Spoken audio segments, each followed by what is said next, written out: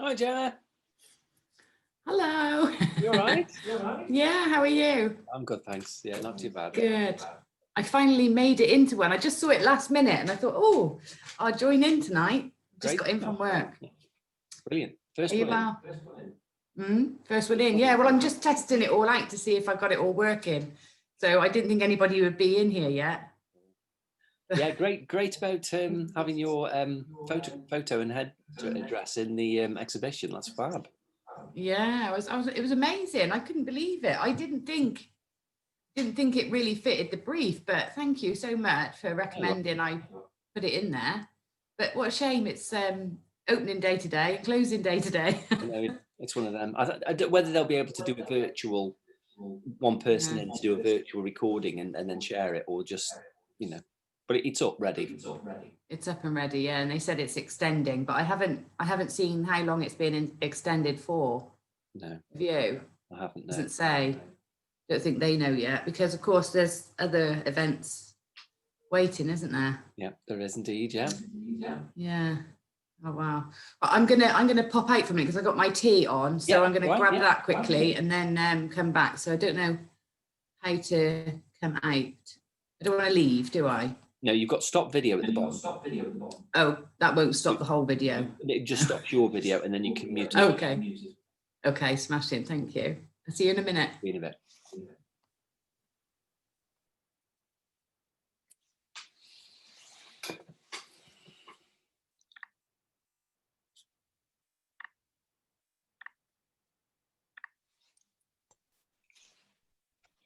Hi. Hi, how are you? I'm all right, thanks. Not too bad. I'm on. Hang on, I've just got to close the door.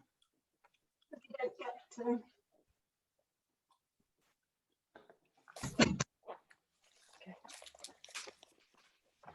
so we don't get sort of echoey things happening. It's been a weird day today. I don't know. And getting weirder and trying not to think about it. I wonder if we're going to have any political poems tonight. Yeah, I was thinking about that. I sort of have one that I wrote it about the what is it, H2? What is it? The HS2. HS2. Yeah. So it was a kind of I don't know whether to read that one, since you've been on about it a bit, but it's new and it's not brilliant. I started it in the spring actually, so I could do that, or I could go back to are you doing a political one? I've got the last one I did in Anna's workshop. Oh right, yes. Politics and food. I think that's quite fitting. True. I'm having to be careful which ones I perform, obviously, because it's recorded and put onto YouTube. The class is published, isn't it? And of course, yeah, exactly. Or whether to go back and read something from the old book, which I haven't done for a long while. I was sort of beginning to bring these back out again. We've got a lot of people today. Yeah, it's good, isn't it?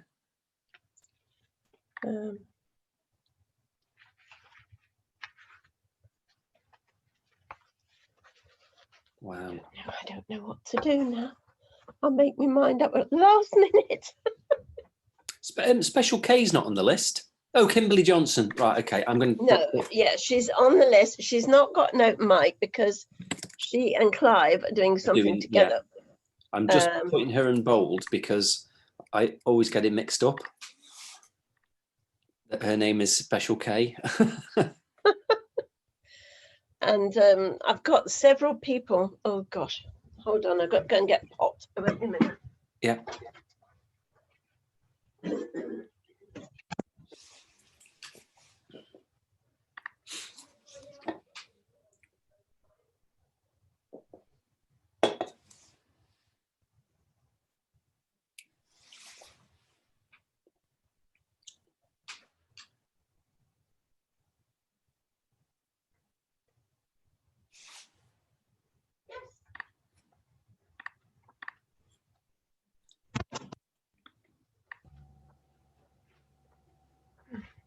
Hi, Peter.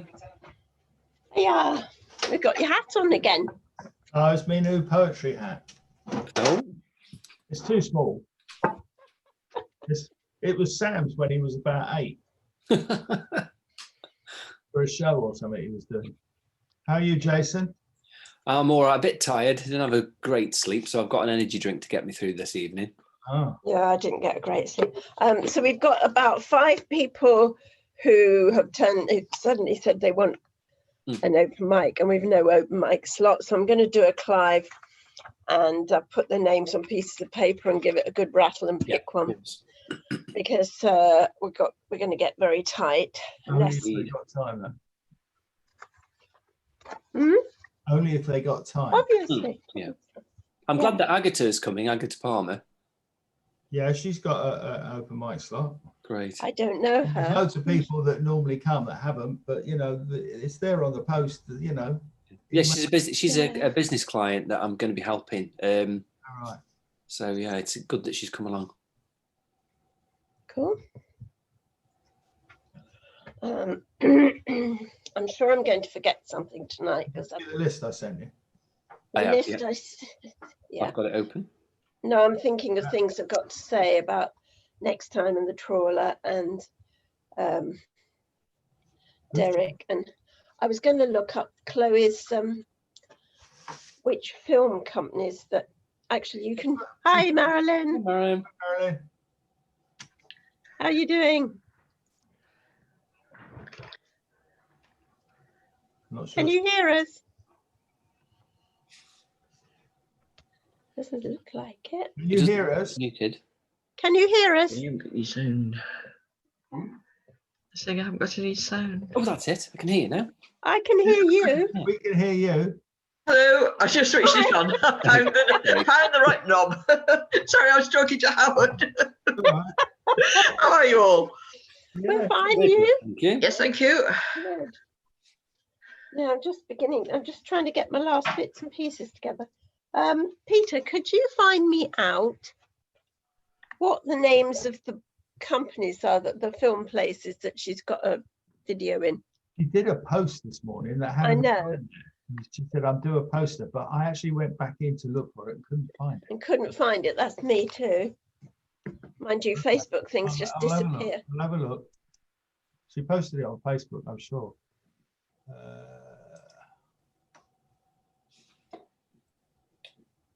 Oh, I've got a message from Kathy Carson. Hold on. Here we go. Yes, please. Oh dear, Kathy can't make it. That's all right. She hasn't got an open mic though, has she? Kathy Carson. Oh. Hello. Hello.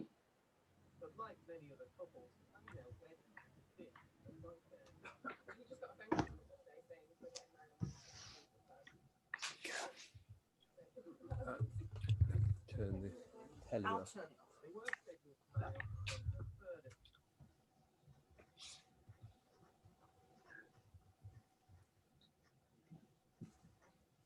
Yeah, Kathy didn't make it yesterday either. No, she's just said she had somebody who was going to be a relief, and she's had to go back into work. Poor girl.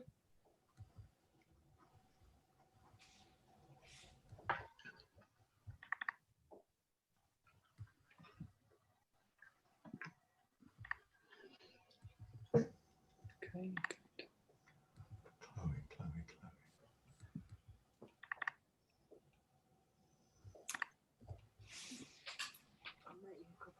Yeah. Okay. Right, sorry guys, I'm just writing back to her. Oh, stuff comes through in all directions with new IT stuff, doesn't it? Hi, John Wessick. I don't think we've met before. I don't think so. I'm Welcome. Just north of Boston here. Wow, thank you. It was lovely to have people from over the pond, they used to say, didn't they? Not much of a pond, I mean, a rather large pond. Hi, Agatha. Hi, Jason. Hi, everyone. Thanks for coming tonight. Agatha. Hi. Welcome. Right. I'm sure what- she put out a poster for it, but it's gone. I think she might have taken it down. I don't know. Yes, I was looking for it because she had the 5 festivals that it was in, but now I don't have it, so I can't really mention it. So do you do this for every Excuse week, me, or is it everybody. every I month? found it. You found it? I'll print it and send it to you. Thank you. Can I ask, being a newbie, can I ask order of things and sort of- Right, well, when excuse me just a minute, I've got a frog in my throat. I'm just going to take a drink.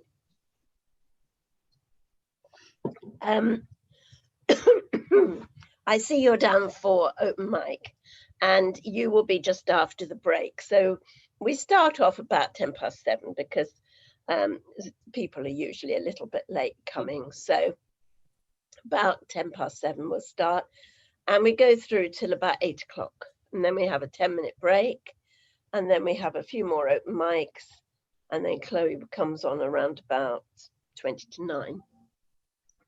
Okay. Wonderful. Thank you for that. And I still need to go and finish my dinner, so I'm going to have my camera off. For, Oh yeah. and is it okay? Sometimes have camera on, sometimes off. Obviously. Absolutely, yeah. Yes, absolutely. As long as you mute yourself in case there's background music noise. Yeah. Absolutely. Thank you. Thank See you in you. a little bit. Thank you. Do you meet once a week or once a month or? Once a month. Yeah, once a month currently. Yeah. just like that? Usually the first Wednesday of every month. It is the first Wednesday of every month. Yeah.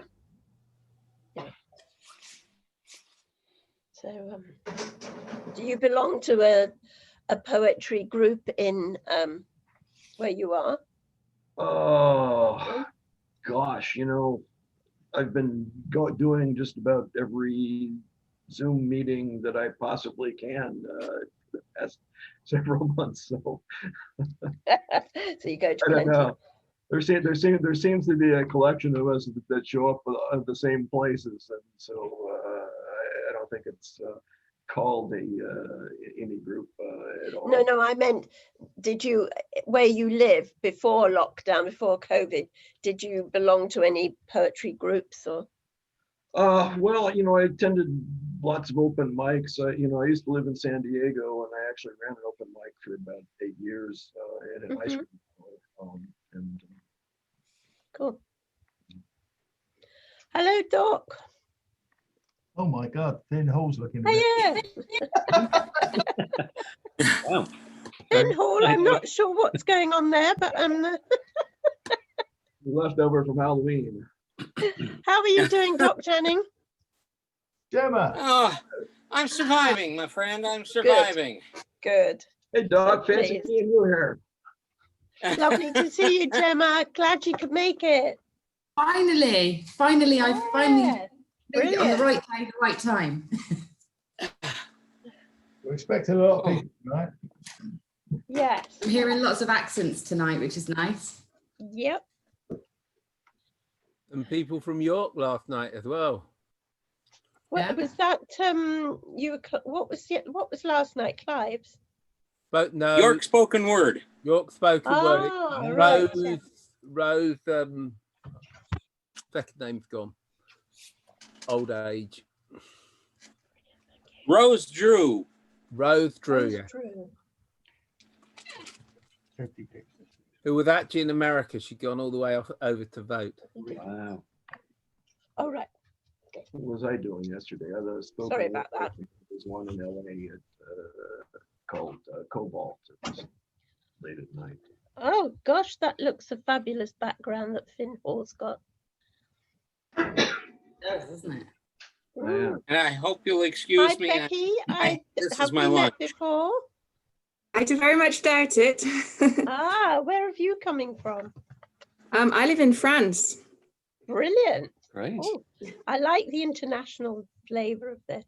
Hi, Kathy. How you doing? Hi, Kathy. You're Josephine, are you in muted. the woods? Cassie Baker. Kathy. Yes, and Hi, it's Derek. daylight. No, this is a photograph I took in Cheltenham Park, and it's on the back lovely. of Zoom. But because I'm sitting in the corner of a room, it'll only come on one wall because the other wall it doesn't affect. It, But it I looks think it's lovely. rather nice. Yes, it's gorgeous. Hi, Derek. Hello, Derek. Hi guys, you all right? Yeah, you too. Super. I literally just approved your book. Did you hear that, Derek? Sorry, Literally where are you? approved your book. Ah, okay. It's all up and running. So is it your birthday today, Jeff? We'll have a conversation. Yes, it is. About that book. Hi, Jeff. Happy birthday then. Happy birthday, Jeff. Hey, Happy birthday, Jeff. everybody's talking. What? Yeah, that's what happens. Hi, Jeff. Right. Finn Hall, where are you now?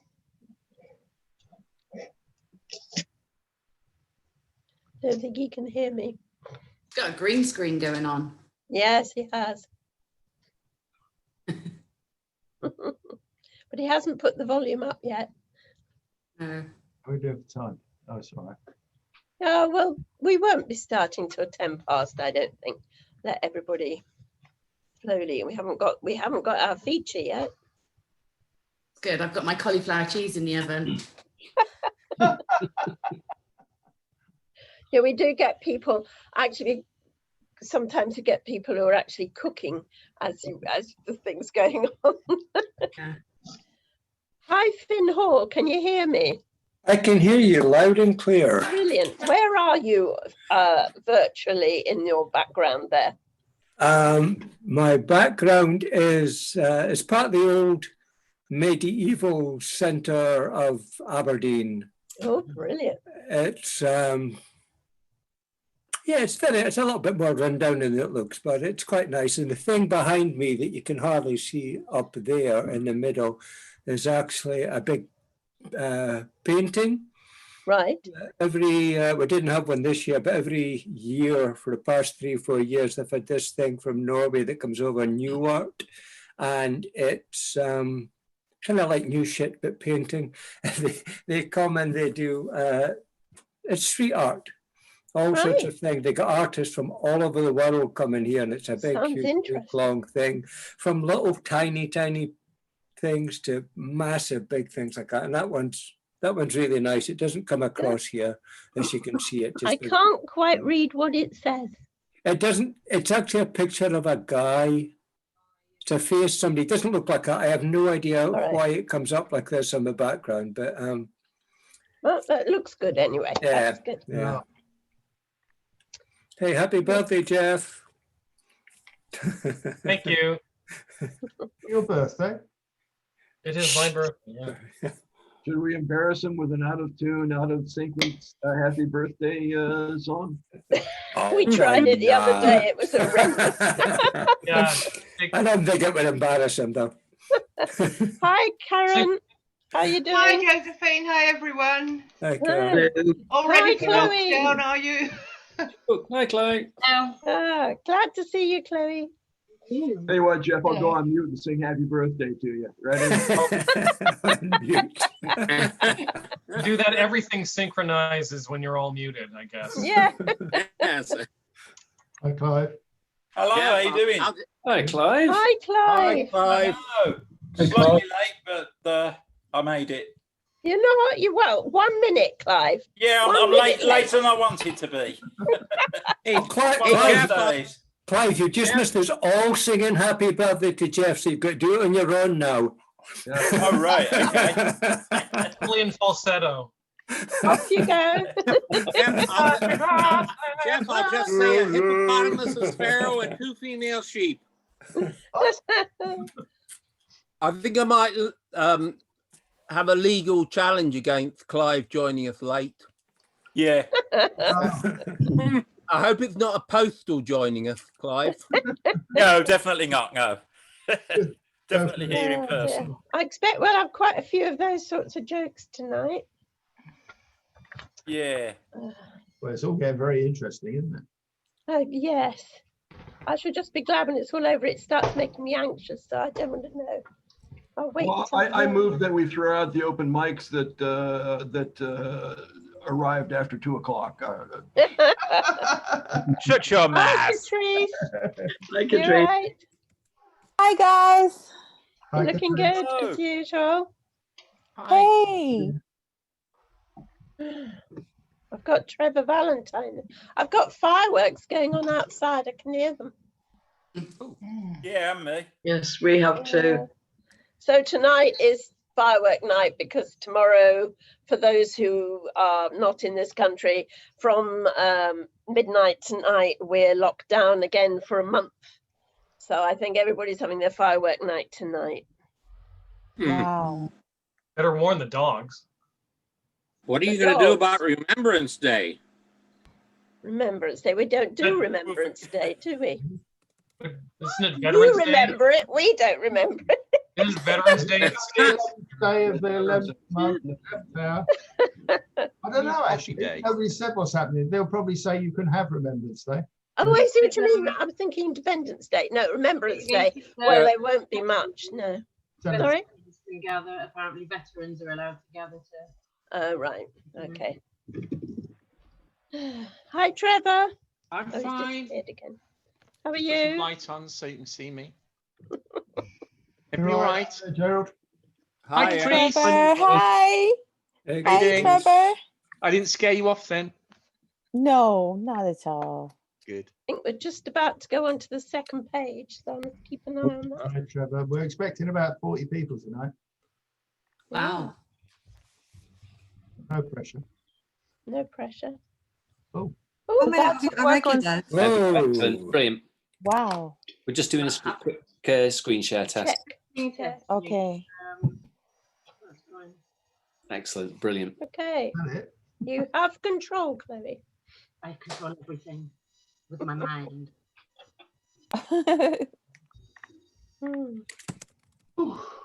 I just think it's incredible how these Zoom things have just got, averaging now, as you say, about 40 people, and most of them it goes along, when it was like 10, 12 and things. Yeah, I know. Well, it's all we can do now, isn't it? But actually, I think it'll stay. I think we'll still go on doing Zoom, whatever happens.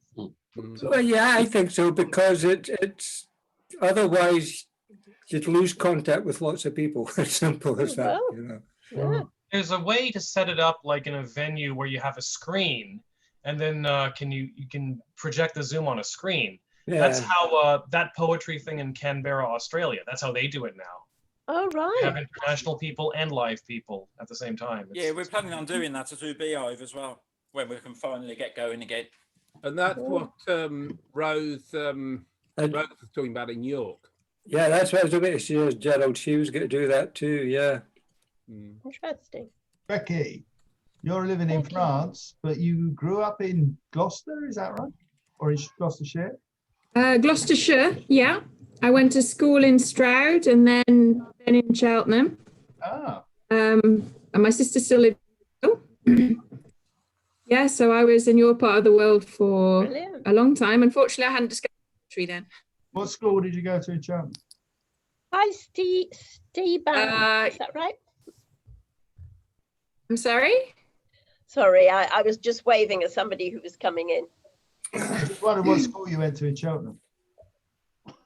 I have to let you guess that one. Was it a grammar school? Well, could be. No. Okay.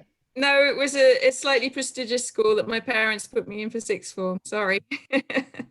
Oh, no worries. Before that, I was. Sorry? No worries. I can't think. Dean Close? No. Ladies College? No, not Dean Close. Cheltenham Ladies College. Cheltenham Ladies, yeah. Yeah, that was it. But don't tell them I'm here. We kind of lost touch. They haven't heard from me for a long time. But yeah, I was there just for sixth form. And not all of that, actually. I missed some of it. But before that, I was in Stroud. And yeah, I grew up in Dursley, actually, as of Harry Potter fame. You know right, Dursley? Yes. Dreadful Dursleys, yeah. What's the Yeah, my dad's connection of just moved Dursley away and from Harry there. He lived there until. Sorry? What's the connection of what's the- Dursley and Harry Potter? Dudley Well, I Dursley. think, she lived there, or she was sort of renting there for a while, wasn't she? And I don't think she enjoyed Dursley. I don't think she did. She apologised pretty- officially to the town of Dursley later for using their name. Mind you, Dursley is nasty a lot uncle. better now than it was. So Apparently. yeah. I lived there for a short So- while. I am You know currently in Dursley? Bristol. Yeah. Anybody from Bristol here? Not from Bristol, I don't think. No Bristol, but Moment. We've got people from, where are you from, Gerald? I'm from Walsall. Walsall? Yep, north Oh, in the Not Black Country. Poland, the West Midlands. In the Black Country, yes, yeah, I'm from Marilyn from Walsall. Yeah. Cheltenham. Well, I'm not from Walsall, but I live in that's Walsall. from there. Josephine and myself from Brockworth in Gloucestershire. Jason from Stroud. Staffordshire originally. Weswick, you're from Boston. Boston. Boston, Doc Janny from Doc- Ohio. Ohio. Finn Hall from I'm from South Aberdeen. Euclid, Ohio. Hey? South Euclid, an inner ring suburb of Cleveland, Yep. So Becky from France. which by the way is misspelled. Okay. It should be Cleaveland. I haven't spelled it, so I haven't misspelled it. Jeff, you're from Canada. Right, Toronto. Toronto. Yep. Spent a month in Toronto in 2000 in a recording studio in Scarborough. All right. Yeah. Didn't see much of Toronto apart from the Sky Tower. Agatha, you're from Bristol. But originally from Poland. So when you say Warsaw, I always hear it as Warsaw, capital of my country. I know. People do. Don't worry. And my Tell them about our Polish friend Anna, who is from Warsaw. we got a Polish friend who's from Warsaw. So yeah. She now lives in Warsaw. And now lived in Warsaw. So changed a couple of letters. We've got. We make the best saddles in the whole world. Just if you wanted to know what Warsaw does. We've actually got somebody coming in tonight that's in Poland, I believe. Well, hopefully. I hope they're not going to be much longer. Jason, how are we doing? Is there any more people coming in? We should have, compared to the list, should have a Trevor, few on you're the in list, but I Bristol. mean, it's 10 past now, so. Yeah, I think we're going to have to get going, I'm afraid. 'cause otherwise- Josephine, Yeah. I've just sent you a message in the chat. Oh, sorry, could I wasn't looking at that. No, I'm the same when I'm hosting. I never look, but just something I want. Make sure you know. She's a warning, right? Okay. Yeah. Well, yeah, I will. When Jason comes on, you know you've got 2 slots to go. Right. Okay. How about that? That's good. I've just tried to add a message to chat and it's come up from me to everyone. I'm a novice, sorry. I'm just trying to say I shan't be writing anything later on because I listen to the poetry and I'm a slow typer and I don't want to miss the poems. Marilyn, if you put your cursor on the little arrow, you'll get all the names and everyone at the top. So you can either talk to someone specific or you can put it out to everybody. Well, I tried to send it to everyone and that worked, but it says from me. Yeah, but we see it as your name. Yeah, you see it as me. We see it as Marilyn. Oh, that's all right then. Jason, just will you put on the donation thing before I forget today? Oh, yes, yes, of course, yes. I should do that right away. So I was just going through. Trevor, you're from Bristol, aren't you? Thornbury. Thornbury. Thornbury. Bristol Thornbury way. with an F. Hi, Janie. Thornbury. For your Thornbury Castle is quite fun. Yes, very nice. Henry VIII went there for 2 weeks, apparently. Clive is from Swindon. Karen. No, I'm not. I'm from Birmingham. Well, I he's live from in Swindon. Derek. Insult him. He lives in. You can't help it, Clive.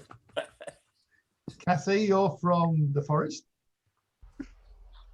Kathy Baker. You're muted, Kathy. Okay. Oh no, I'm from Wales. I'm from Pembrokeshire. Yeah. You lived in the Forest. No. No. Sorry. my mistake. Only Derek. Well, you couldn't really call Newent the Forest, can you? I suppose you can. Right. I'm going to start, I think, because I've got a horrible feeling that we're gonna be running late otherwise. Okay. We haven't got Lucia yet, have we? There's a few people here. Yeah. I think we'll have to be starting at 7:30 at this rate. Okay. Well, welcome everybody that is here, and I'll welcome everybody else as they come in. We've got a great night tonight. We've got the fabulous Chloë Jacquet, which I'm going to talk to you more about as we get nearer to her gig, to her slot.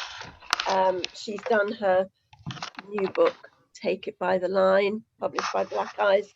Brilliant book, full of some surprising poetry as well as her usual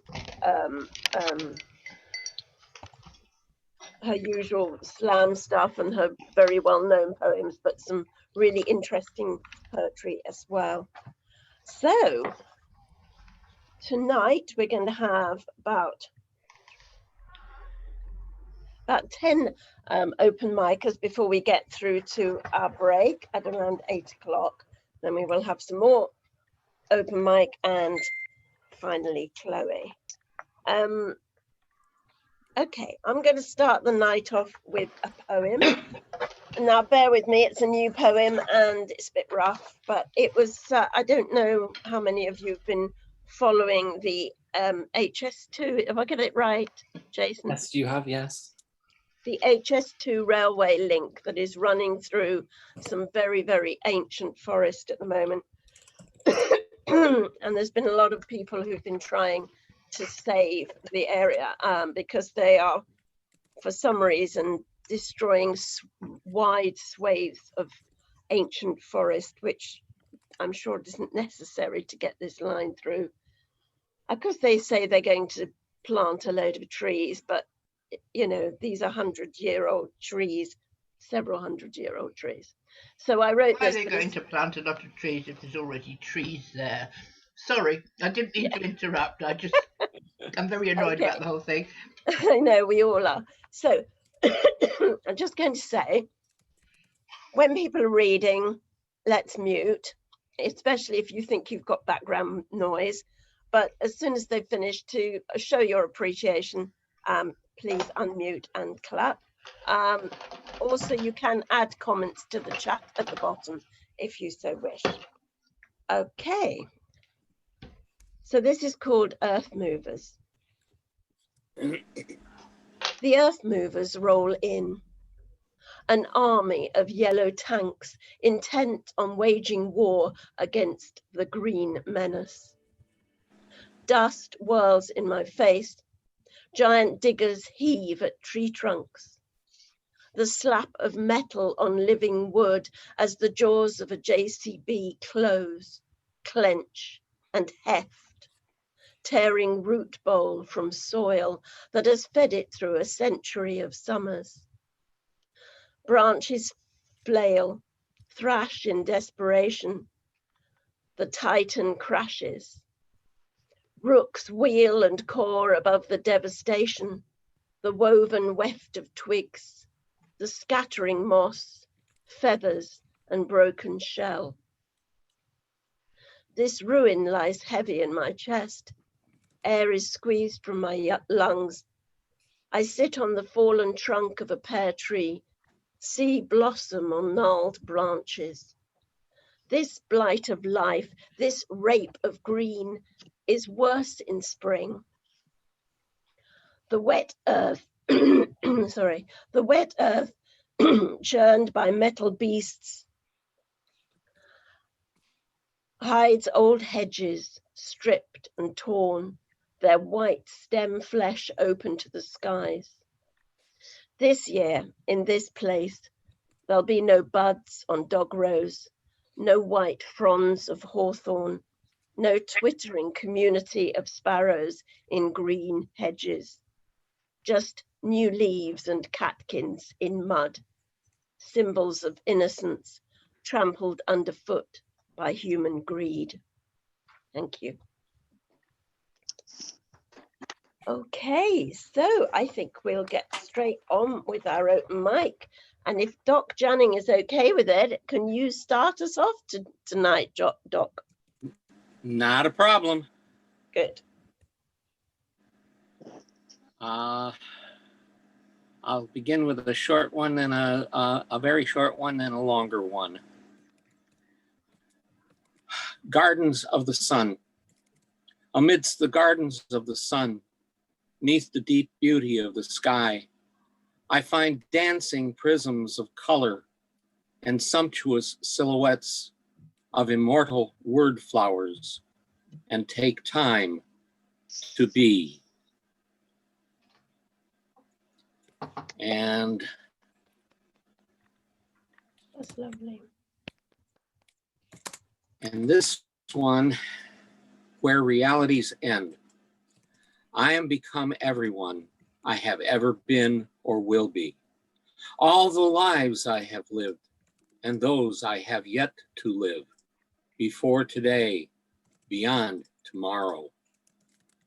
I have passed through gates of a nameless freedom, as remote as the night sky and the impatient stars in a labyrinth of stellar strings. On the edge of beyond, where realities end, I see all and I see nothing. In a miasma of preternatural nature, as the future remembers the past. I seek among wild eddies of time and the primal rawness of ego, a path to unremembered truth, finite and vulnerable in the kaleidoscope of life. I seek for myself. Beautiful. Thank you, Doctor. That was brilliant. Big hand to Dr. Dunning. Thank you. Thank you. I particularly like the first one when you said to just be. That was lovely. Okay. I'm sorry, I'm going to sort of sound a little bit short here, but we haven't got Brian Franco, have we? No. So we haven't got Lucia Daramus. Have we got Gerald? Yes, we've got Gerald somewhere. Yep. Would you like to do an open mic next, Gerald, please? I'll start with a haiku. Ooh. In clockwork motion, wound up like a model bird, a robin advances. Oh. And that's from that one I contributed to Seashore. I'll put a link up to. It's a wonderful magazine that is really good about haikus. I can recommend it. Here's one for any merchant bankers we might have among us. I don't think there are many. I bought a leech. It cost £1. It sucked my blood until I found the leech was bloated. I was thin, my many pounds stuck to its skin. I asked the leech, "How can this be?" He said, "How dare you talk to me? You paid £1, and for that price, I took your body, slice by slice." My poem for merchant bankers, among you all. Here's one I haven't done for a little while. I'm not sure I've even done it ever on Zoom. And it's 20 migrants. 20 migrants on a boat. Miracle, it's still afloat. The brochure says it carries 3, but where's the profit in that for me? 20 migrants minus 5 means there's 15 still alive. If I lose another 2, what am I supposed to do? Count them up. There's only 10. Someone should be charging them twice as much to cross the sea and join the capitalist society. And now I find there's only 5. They've lost their children and their wives. You wouldn't think they'd be so rash. At least we've stolen all their cash. And suddenly we're down to 3. It's hardly worth the bribery. Some people say we rob them blind. It's neither true nor is it kind. If just one migrant reaches shore, we've done our best. We can't do more. The only thing that still remains is to get him deported and start again. Oh, that is. Wow. Oh, sorry. All ships sail out of harbours into the sea. If it is not someone else, it will be me. Remember all my sorrows when I am gone away. Remember them tomorrow as if it were today. For if it were tomorrow, well, for when it is tomorrow, you'll most likely say, I'd have back all your sorrows if it could be today. So let's hope tomorrow we have one less person in the White House. That's all I feel at the moment. Thank you very much. Thank you. Big hand for Gerald Kells. Brilliant poem. Thank you, Gerald. Okay. Have we got Steve Bam? Am I saying that correctly? Yeah, well, it's Stephen Bamborough, but Steve Bam. Bye. Welcome.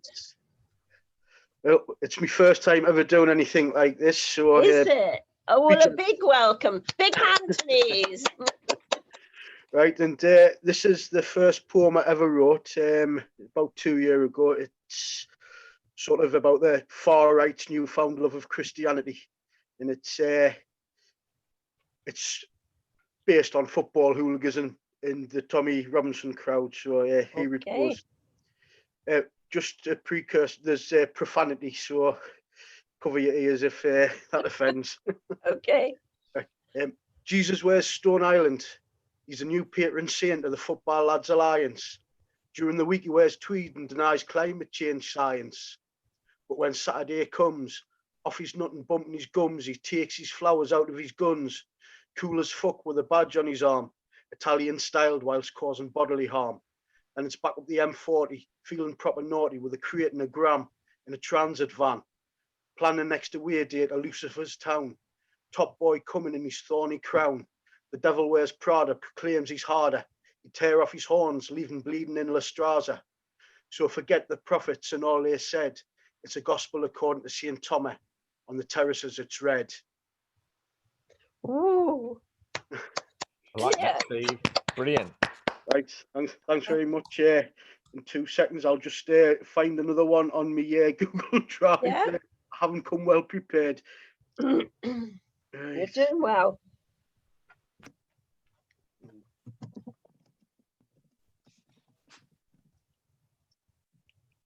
Oh, right. I'm not sure how to. I'll start with another that I think I know. This is called Fucks Are to Be Given. Fucks are to be given. I take mine away. I hide them, disguise them, put them up for sale.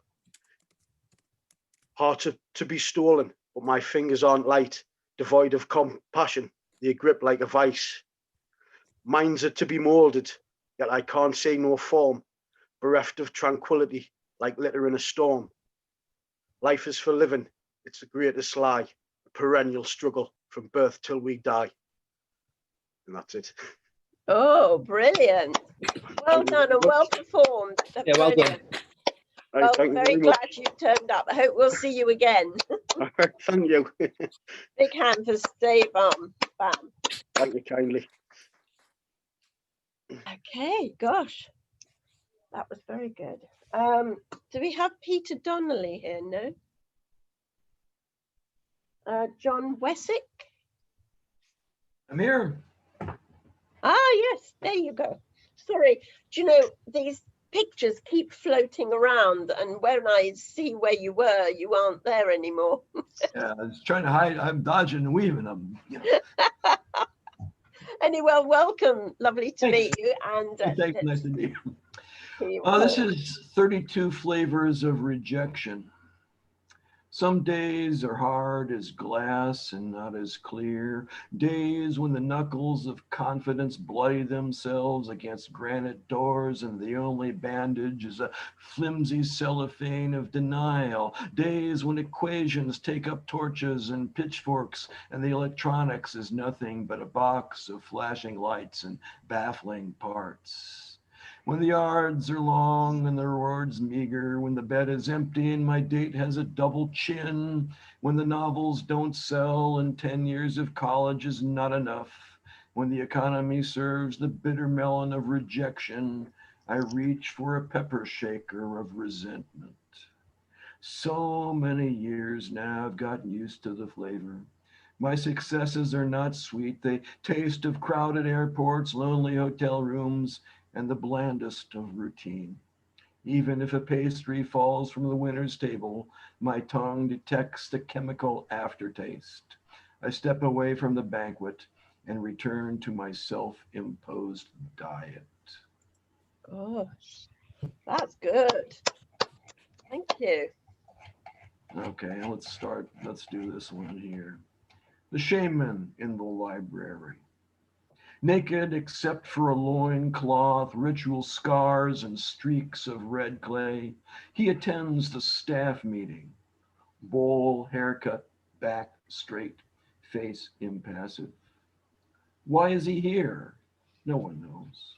Since the library opened, he's pushed the loaded book cart and replaced Suzanne Summers and Gwyneth Paltrow in the diet and exercise section. Trembling patrons pay late fees promptly when he stands by the circulation desk. A few parents complain their teenagers shadow him, chasing rumors of hallucinogenic ayahuasca vines hidden in the botany section. And after the singed carpet incident, management forbade cooking fires. No more fresh rabbit meat, only packets of microwaved cassava. He pricks his fingertip at shift's end and fills out his timesheet with human blood. It's a good life. His employer provides health insurance and a retirement plan.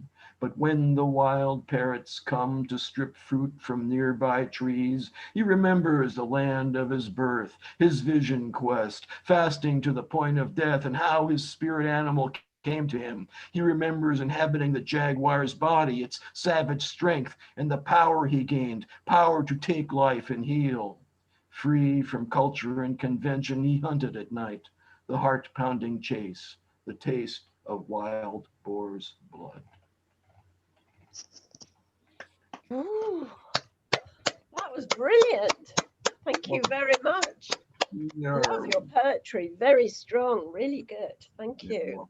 Do I have time for one more, or should I call it quits? No, I think we can let you do one more because we've actually got plenty of time. So okay. Please be our guest. This is called Lorca's Tomb. This pen is a firing squad, boots kicking in the door at midnight, black hood over the head, rifle butt to the kidney, and unmarked grave in a gully. Who among us dares nick their veins for ink or peel skin from arms for parchment? Not me. Though once I spotted death at a Leucadia cafe. Off duty, he regaled admirers with tales of his exploits, dodging artillery and machine gun fire in the Ardennes forest, scaling a tower in 15th century Barcelona to take a cloistered maiden. We shared a common sensibility. I wanted to introduce myself and give him copies of my poems, but I love waking to the sound of the radio and savoring coffee on my living room couch. So I stole away to write only of paisley shirts and the safety of hummingbirds. Thanks very much. Brilliant. Thank you very much, John Weswick. Really glad you turned up today. Can you unmute and give him a big hand, please? Okay, yeah, that's the thing. Okay, we haven't got the gentleman from Warsaw, Poland. He obviously didn't make it. I have several, I do apologize. I have several people who have asked for an open mic, and it looks like we have got room now. So could we start with Finn Hall, please? Okay. Just as I was trying to look see what to do. I was actually speaking to Kathy Carson, who obviously can't be here due to work. Yes. And she says, can you read one of mine and be me for a night? But I haven't got her, so I can't be Cathy tonight. I wouldn't do her poems justice anyway. So I'm just trying to find stuff that I haven't done just on here or anywhere before, but I don't know, I lose track. But I'm going to do this one. There's 3 little short ones, I think. This one's called Almost in Love. Almost something, next to nothing, almost happy, nearly smiled. Almost girl, so beguiling, almost perfect in your way. All or nothing, almost answered. Always with me, but not quite. Almost sure, but not quite wrong or right. Almost night, but not today. Almost touch you, almost made it. Almost caught your eye. Almost spoke. There, I nearly said it. That was almost a joke. Almost helpful in a helpless way, almost ready, almost dancing. Almost spilled my half-empty drink. Just a second away from, well, I daren't think. Almost colourful, but still a sad shade of grey. And this one is, this one's an old one. Some of you may know I found a lot of old books with notes and poems of mine. And this one goes back to mid-period me to 1991. And it's called Sex and the Single Fillet of Fish. Dubious, yet somewhat inviting, how after meeting the pleasure to eat, a healthier alternative to pork and beef, already boned, ex-creature of the sea. Let me eat you, then you'll be free. No chips, please, too much weight. Just a small aquatic morsel, beheaded and tailed, minus dorsal. A squeeze of lemon provocative, reminds me of something evocative. Supinely silent on the plate. Done in milk can be nice, just one piece will suffice. Lying there, steaming hot, not long removed from the pot. With knife and fork to my palate, drink your juices, such a dream. Into my mouth, wipe it clean. And I keep it in the light stuff. I'm not going to do any of my really, really serious stuff tonight. Only a short one, I'm afraid, Finn. It is a short one. It's called The Age of Innocence. I used to think that girls were different from boys only by the toys they played with. I used to think that girls couldn't pee up the wall because they weren't tall. I used to think that the monthly cycle was a really long bike ride. You could sneer if you like, but we all went through the ages of innocence. I used to think that all men were equal and the sequel to life is heaven. I used to believe in the power of voting because of all the things they were quoting. I used to think that the Russians were really coloured red. You can tap your head, but we all suffered from the age of innocence. I used to believe in the letter of the law until I saw its flaws come shining through. I used to think that war was just a device for killing those that weren't nice. I used to think that love power was the winning path. Well, at me you can laugh, but we all have known the age of innocence. Brilliant. Thank you. Thank you so much, Finn Hall. Please unmute and give him a nice big hand. Thank you. Fabulous, fabulous. And Finn, well done. Right, we do have Daedalus Chaos with us, I think, all the way from Warsaw, Poland. Hi, welcome. Yeah, eventually I'll go back to Poland, but right now I'm in you're not Georgia. there yet. Yeah. Fair enough. I'm in Georgia, the country near Russia and Turkey. Right. Okay. Welcome anyway. Please do your poems. 5 minutes? Yeah. All right. So okay. I'll do a short one and then a longer one. Okay.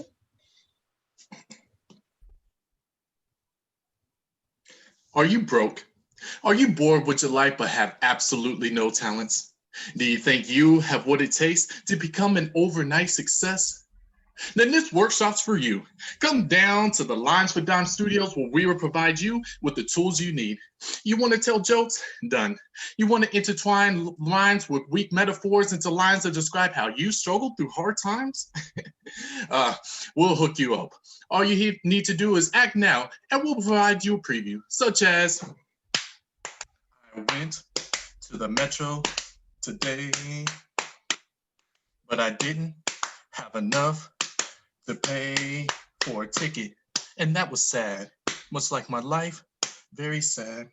And then I went outside, it began to rain, and I knew that was a reflection of my pain. All you have to do is dial the number at the bottom of the screen, and we'll hook you up with everything you need. Oh, we have a caller. Go ahead, caller. Yeah, I took your workshop, you know what I'm saying? And it turned me out, you know what I'm saying? I just had to write down 3 poems, and now I'm a superstar, you know what I'm saying? I performed in the smallest town possible, and now I'm in the national finals. Thanks, Lines for Dimes. Well, there you have it. An unscripted testimonial from our alumnus, Kentrell 32. So, you know what? I'm in a generous mood.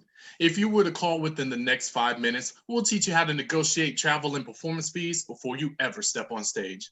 So remember, dial 693-359-223. That is 693-359-223 for Lines for Dimes now, because poetry has never been so cheap. Wow. Great.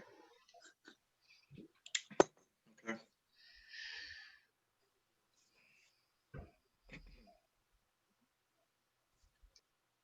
Don't you know?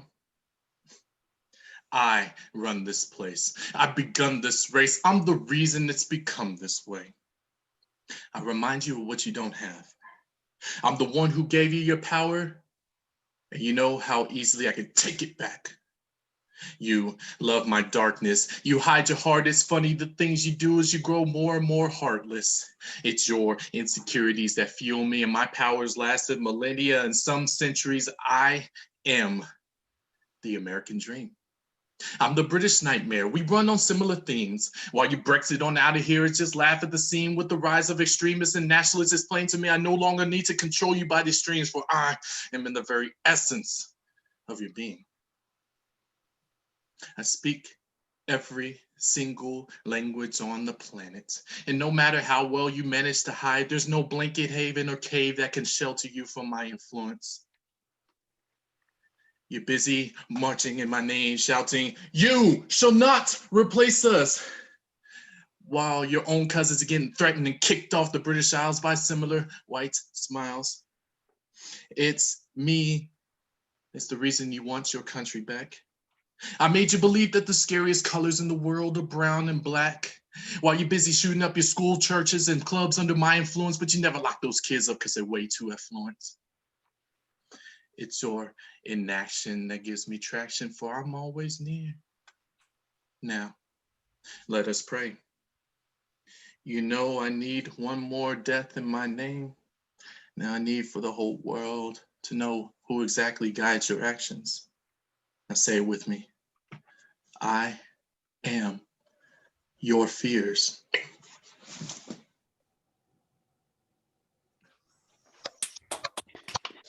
That was brilliant. Boom. Oh, wow. Sorry, there, fingers. Come back, Needless. Yeah. Come back. to dinner. Come back. That was chilling. That was amazing. Thank you Thanks. so much. I do hope we'll see you again, because your poetry is brilliant and your performance is great. So fabulous. Please unmute, and another big hand for Daedalus Chaos.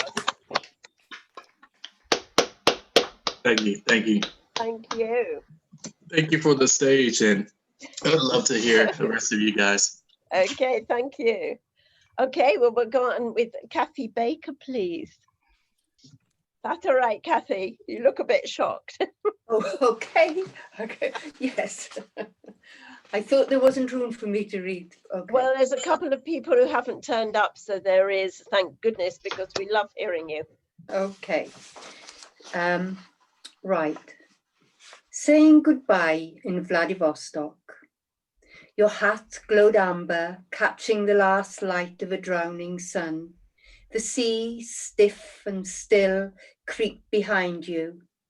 Night lamps began to spark, skittering over ice. Hunched fishermen trudged their grey way home, and through the falling snowflakes, we heard howling. A last freezing night spent searching for red wine in hot, empty bars. We settled for Baltica and vodka. Loss crouched ready and hollow and silent between us.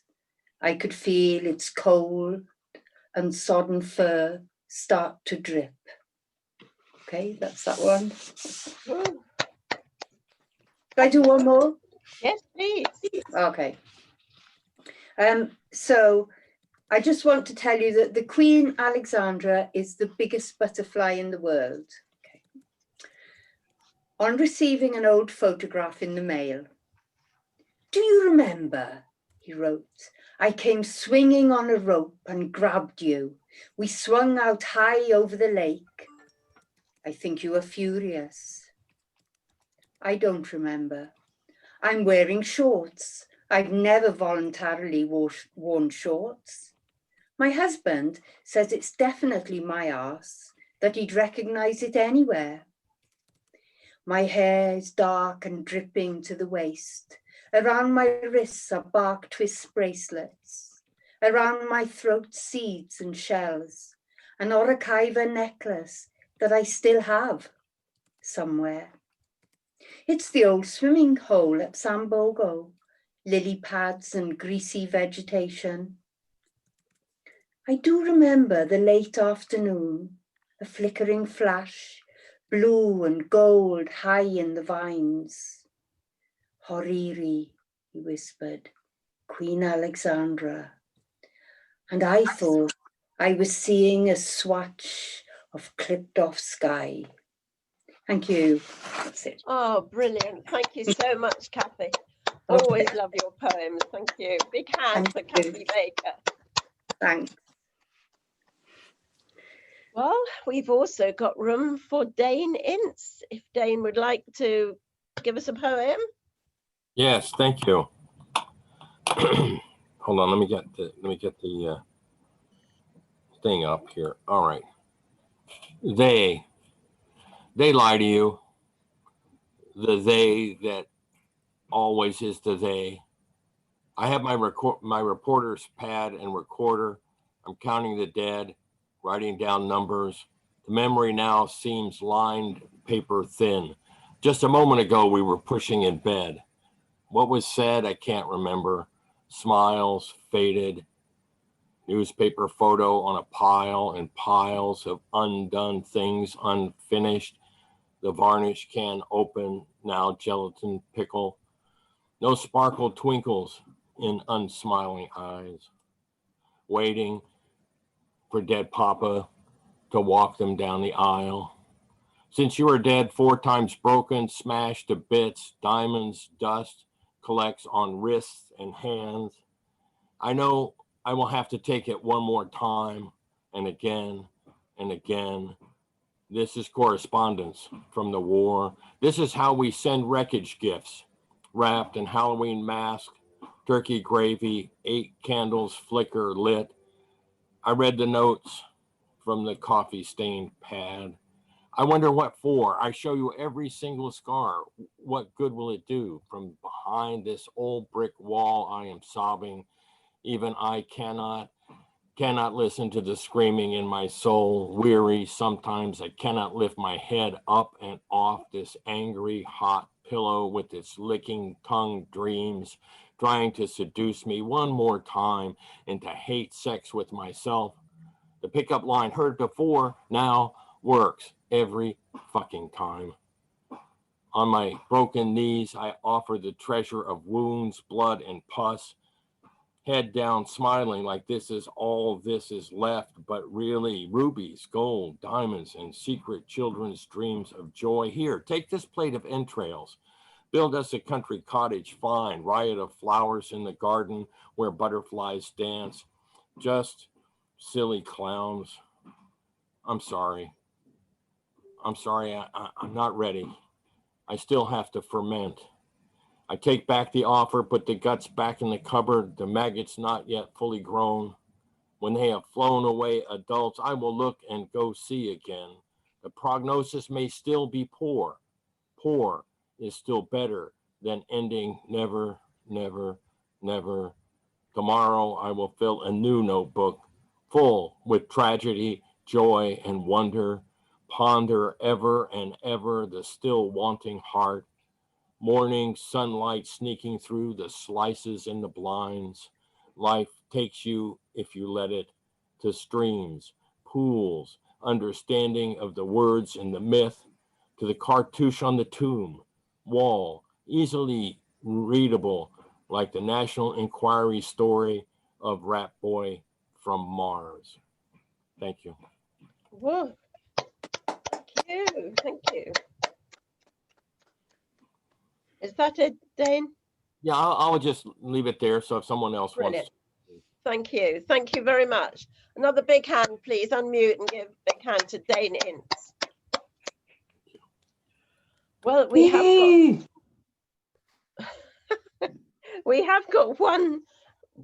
got room for one more. I'm just wondering, Catrice, you didn't ask for it, but would you like an open mic slot? I would. Thank you so much. Well, we'll be pleased to hear you. Thank you. Do you want me to go now or later? If that's all right, could you? Oh, it's quite all right. I've got a poem. I'm going to do the poem I did the other day because I need to work it out. The song poem. It's called Rations. Bear with me, guys, because my voice is a little raspy today. All right. It's based on a dramatic work by called Hey Little Leprechaun by Leslie O. Ruthergren. It's an ekphrastic poem based on a few lines from her work. By permission. By permission. Please don't take my gold, because the end of the rainbow has been sold, we're told. Is there an amber dewdrop left for me? The honey sweet nectar, a tear of agape? Where did you hide it in these brambles, tumbleweeds? Under the brush where no one can see? In between the double talk of silver-tongued politicians recklessly carved in trees, signposts to destruction, or paving the way forward. We're at the fork in the road. Feels more like the knife that cuts us out of Eden, the fecund, well-nested garden. Get in. We're chasing rainbows, hurricanes, tornadoes, funneled by their own grinding compass, unhinged and unscrewed. They at least have some direction, follow a path, mother naturally carved in the dust-tracked footsteps, leveling sleepy towns so we can see plain. Taste the manna, sip the dew. On unfurled petals and leaves, we'll eat our daily bread, nibble our cud from delicate seedlings sown. Here, I'll give you one and you give to me. One for the bucket and one for me.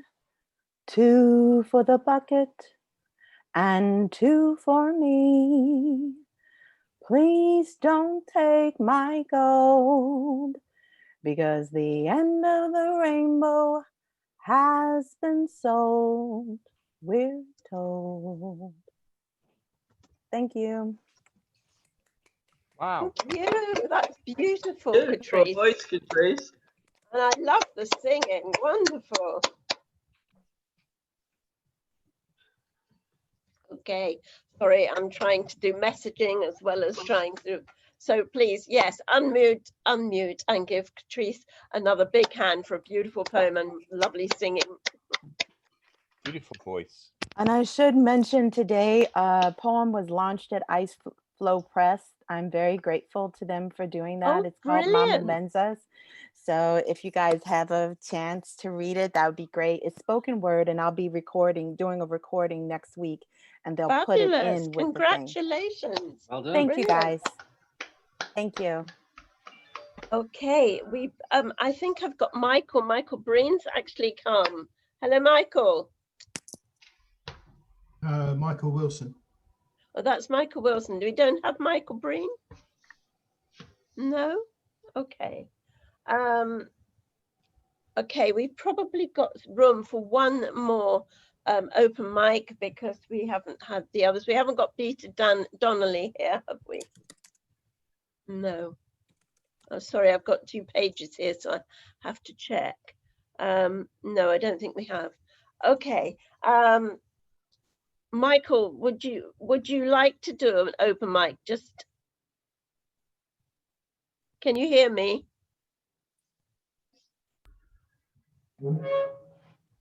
I'm not sure he can. There's Michael Collins here. Yeah, Michael Collins, that's what I meant. Would you like to do a poem? I would love to. Thank you. All the way from Australia. Okay, that'd be great. Thank you very much. My alarm didn't go off, so I arrived late. That's okay. What time is it there? Well, it's only 7 o'clock. I was a bit remiss. You had to lay in. I still had it set for 5, but it didn't happen. Never mind, you're here now. Brilliant. Thank you. This is called The Gift of Laura, and it was written after I met a lady called Laura. Laura Cordova Rivera, a very romantic name in itself. And we had a talk about Lorca, the poet, Spanish poet. Spanish love in a Spanish tongue grows wild in a Spanish heart. Walk all these back streets one by one to the gates of some exquisite torture. Whip the soul until it bleeds, unlick each bleeding wound. Take we two down into despair again to cut the veins of Lorca. Speak of wonder, heightened passions inside the smile of Laura. Walk the bridge of night, to fire the coals of heaven. Write your letters to the moon, see yourself in its face reflected. Take upturned hands, kiss offered cheeks, for the conditions of existence shed your tears. Still, seek to dream, and dream, my dear, where dreams are born to live and thrive. That even when these same dreams die, they blaze away and throw the day into a glorious spin. Thank you. Thank you, Mike. Thank you. That was beautiful. And sorry for the confusion to the other Michael. My apologies. No, that's all right. He didn't turn up, and we're very glad you did, and it's been brilliant to hear you. Thank you very much indeed. Okay, I think we're just about coming up. Is there anyone else here who would like to do just one poem who hasn't asked for an open mic? What about Derek? Trevor, yeah, brilliant. Trevor, if you'd like to, that would be brilliant. Big hand for Trevor Valentine. Sorry, I forgot to ask Peter, so my apologies. Anyway, I'm always late for everything, but Halloween was on just a few days ago. I might have done this one before, but anyway, I had a friend who was 6 and he wouldn't get out of bed when he was a child because there's a crocodile underneath his bed. True story. Day and night, a terrible fright, and not a sight of a scare or nightmare. For under the sheets the child retreats, cocooned, marooned, while under the bed, impending dread, the croc awaits for tempting bait of a child's feet. It's only meat to him, you see. And then the knee, a pleasant sip of a quivering hip.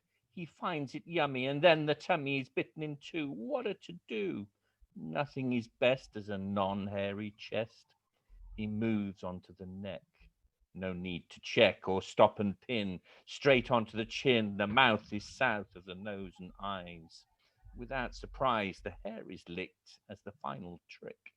The croc licks his lips, and the child smiles and quips, hip, hip, hooray, no school today.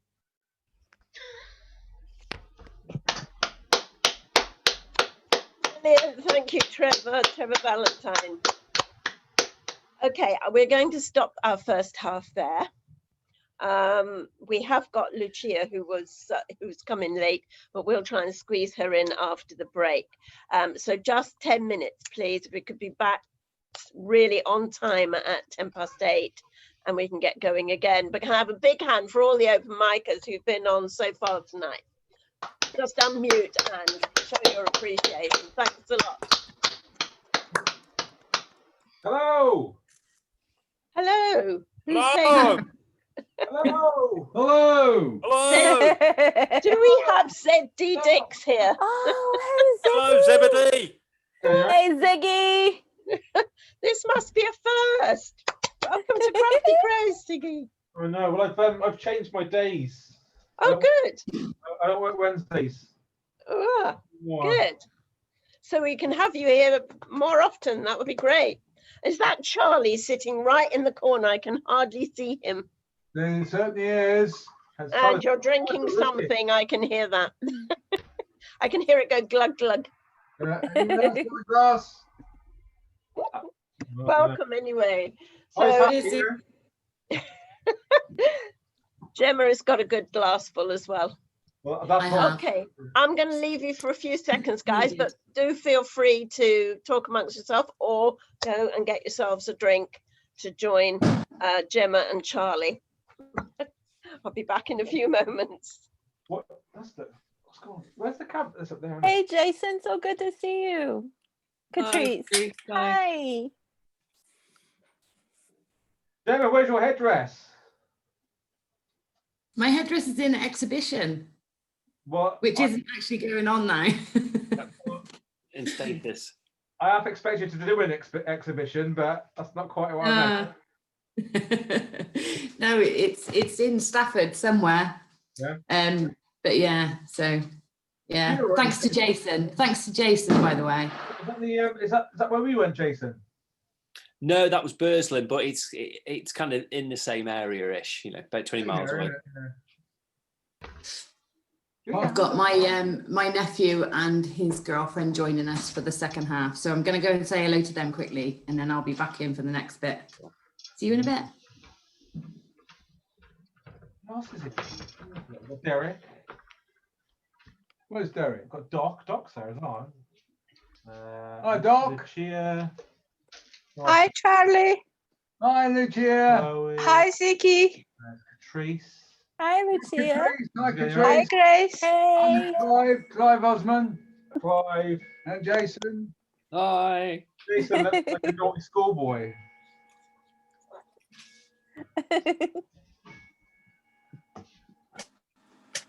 Got more. Leaderless chaos. That's a good handle. Thanks. Who is that talking? That was me. That's not helpful, but. Oh, there you are. There's so many squares. There you go. Speaker view is better. Why daedalus? That's the question. I love that Greek stuff. So, yeah.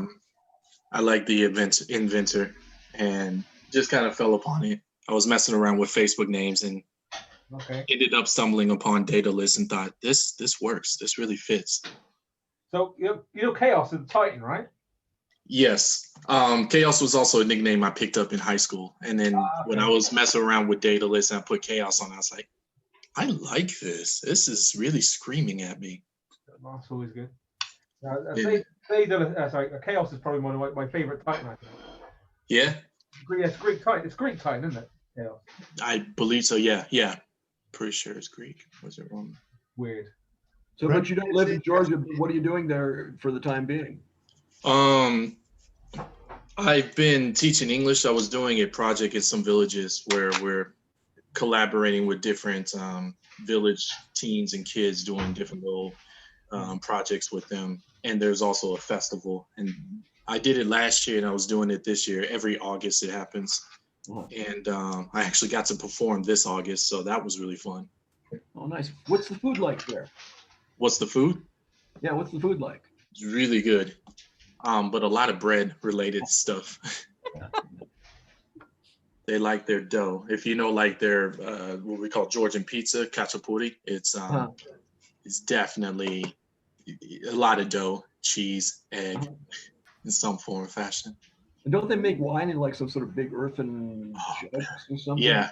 Oh yeah, yeah. They love their wine, and their thing is, I always ask them, do they have like any similarities to other countries? They compare themselves to Italians a lot, and it makes sense, especially with the wine. But they're very loose with time. We always say they're on GMT, Georgia maybe time.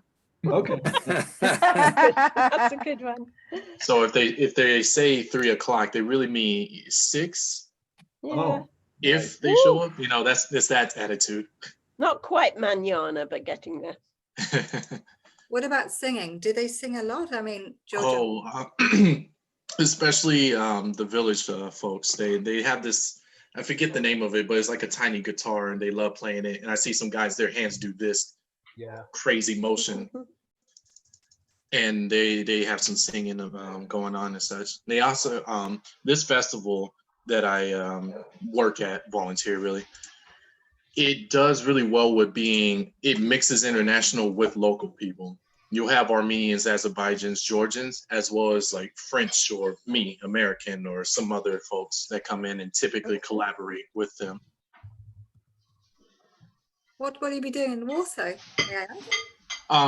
So I've been there for 6 years, roughly, and I have my own poetry slam and other little events. I just kind of need to return to them. Well, how did you work that out that you lived in Warsaw? And it's more or less it was just throwing a dart at a map.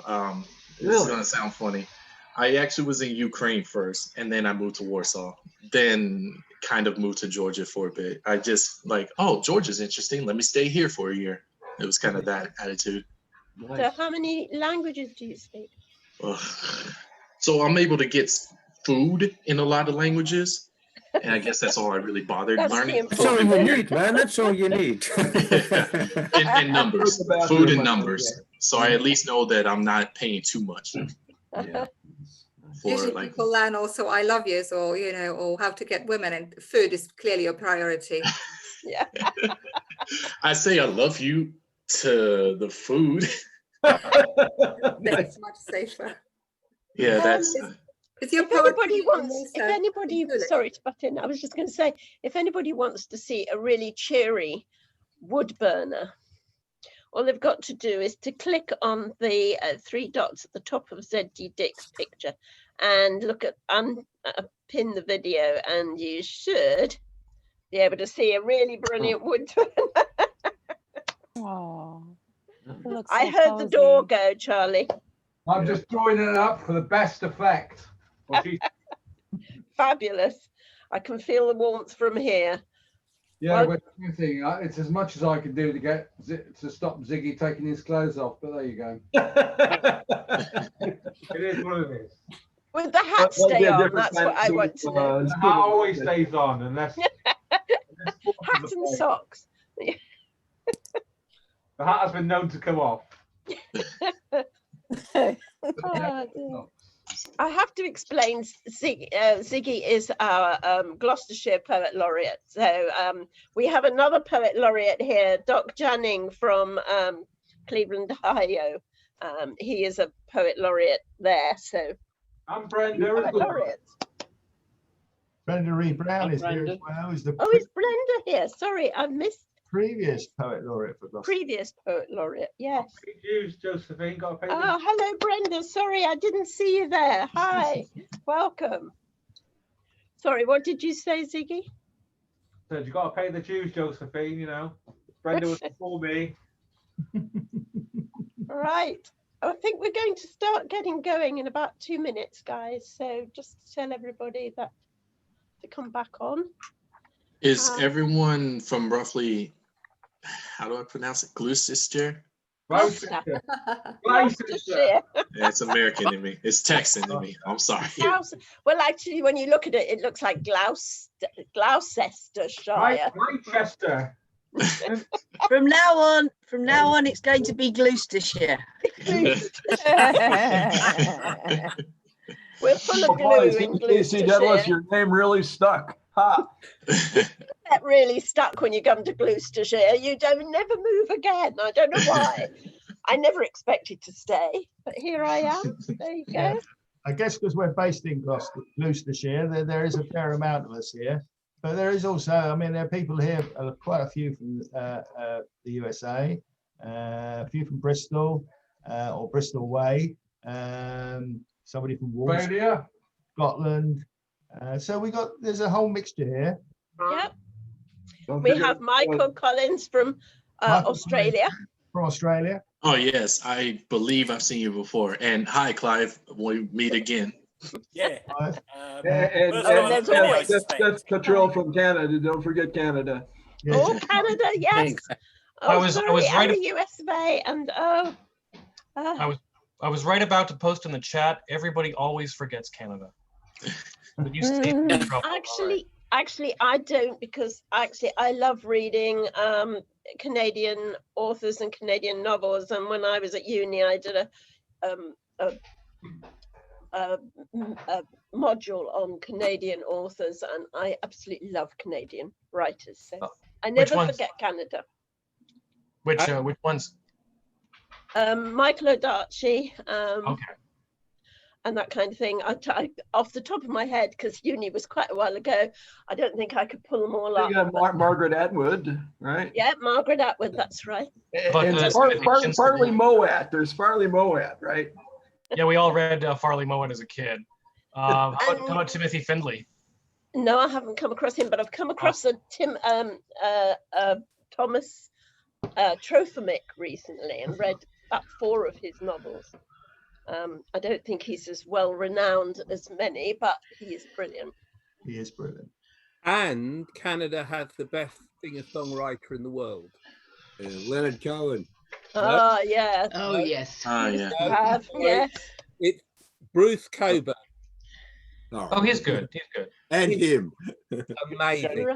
Right, I'm going to have to pull everybody around. I'm going to have to get going again because we have several people to put in before fabulous feature of the night, Chloë Jacquet. So, Derek got a cup of tea. Sorry? Derek got a cup of tea. Probably to ask him. Derek. Tea? Right. What? Tea, Derek? Yeah, of course. Tea? Oh, I think he's talking about tea Vicar. Oh, that's right. More tea, but I haven't got any cake. Right, I'm going to start off with Agatha Palmer, please. Welcome. If you'd like to read your poem. Thank you for having me. I've got just under 5 minutes set for you. Okay. I don't know whether you got into decluttering during lockdown or followed the vogue of it. But this first poem is about my experience of that some years ago. Decluttering. I had this bittersweet moment with mountains of shredded paper of all things, an immense critical mass of monochrome pressed tree cellulose of previous professions, past diaries, events, outlived love letters. There it was, tangible and so last century, a stack taller than me, a tower of paper certainty that there is now more past than future in my life. So I'm really nervous. You do well. Thank you. This next poem got born in Baltic Sea, but that was quite rough at the end of January, a few years ago. And yeah, it was a very special moment. No title. I need to be in the sea, feeling the cold imperative or up in the tree swinging with the elements, where grief has a flimsier hold on me, because you lose your mother once. I need to feel her warm, all-soothing hand in mine, to smell her cheesecake again and hear her laugh. And to know all is well in the world, because you lose your mother once. I need to know who I am without her, how my solar system, now without the sun or gravitational pull, is to survive, because you lose your mother once. Except each time you try to dial her number to reconnect with your source, then you lose her over and over again. Oh, it's beautiful. Thank you. And it's this little poem. I only have these three. The rest are in submissions and just about to be published, so I couldn't share them with you. Well, congratulations for that anyway. Thank you, thank you. So this last one is a very short one, and I'm experimenting with how to make it immersive. So you are very welcome to join me. It's very short, so if you sneeze, you probably missed it. You're welcome to join me at the end of it, and I'll make sure I'll make it clear when I'm done. Because really, I would like to be a poet of silence. I love the spaces between, in music and in words, that everything holds together, a bit like fascia in the body. Silence. In our times dominated by words, text, emails, slogans, blogs, opinions, causes, allegations, investigations, I wish to sprinkle silence upon you, to wrap us up in the deep, soft folds. Can you smell and taste the vast landscapes?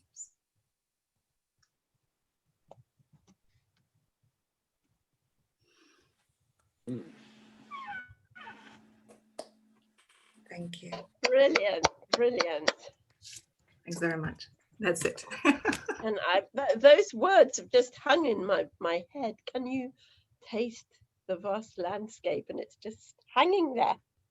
Brilliant. Very well done. I thought of duck, back to the being. Thank you so much, Agatha. Please unmute and give a big hand to Agatha. Well done. Okay, we're going to move straight on to Becky Hu in France. Truly international tonight. Where's Becky? I've lost. Oh, there you are. Hi, Becky. Yeah, I'm here. I'm so happy to do this because I love doing open mic nights, but I'm afraid I usually do them in France and no one can understand me. So this is a novelty for me to speak to do poetry for English speaking audience. So I'm so excited. I wasn't sure what to do tonight. Yeah, the scène ouverte, they call it in French. I was umming and ahhing which poetry, and then I've been inspired by Stephen, who I think went before. I'm going to do my poetry about football, even though it's really not relevant to the context at the moment. But unfortunately, it's also about domestic violence, and that is kind of relevant. So just give me 1 second, because my daughter's managed to walk in it. Close the door, please, sweetie. Okay, sorry. Okay, so here goes. It's called The Beautiful Game. It's only a game, this so-called beautiful game. There was nothing he liked more than kicking the ball around the park or the recce with his mates. They'd stay out till it got dark, and his mum complained he was late for his tea. The lads swapped football stickers and wore knock-off team kits for PE. And when he got the latest home strip for Christmas, he was delighted. Okay, there was that time that big lad thumped him for dissing United, but it was only a game. So he joined the local football club, practiced twice a week, and matches on Saturdays. The mums and dads would line up to watch their offspring play and listen as the coach turned the air blue. And sometimes the supportive parents would join in too, cursing any lad who missed a header or made a mistake, hurling swear words and abuse that no child should have to take. So every match day, win or lose, they got their egos battered and their self-respect bruised. And one week, two dads started a fight right there on the sidelines. Their kids were screaming in fright. And one guy ended up in A&E with a broken nose and a twisted knee. And the cops got called and they took down some names, but they got off with a caution, because after all, it's just a game. Now, it's been many years since he kicked a ball, but he still has a ball down the pub with his mates. His wife sorts the kids and never complains when he's late for his tea. Supporting his favourite team, or best of all, his country. One flag, one nation, united in hope and pride and a hatred of the ref and the calls of offside. But supporting's for thirsty work, so he'll have a drink or two, then 3, then 4, then just one more. By half time, he's had a few. And if they win, for sure, he'll be getting a skinful to celebrate. And if they lose, he'll drown his sorrows and down the pints to commiserate. And from their house down the road, she listens to the cheers, and she follows the score as she lies awake in fear, because she knows every match day, win or lose, it'll be her that ends up battered and bruised.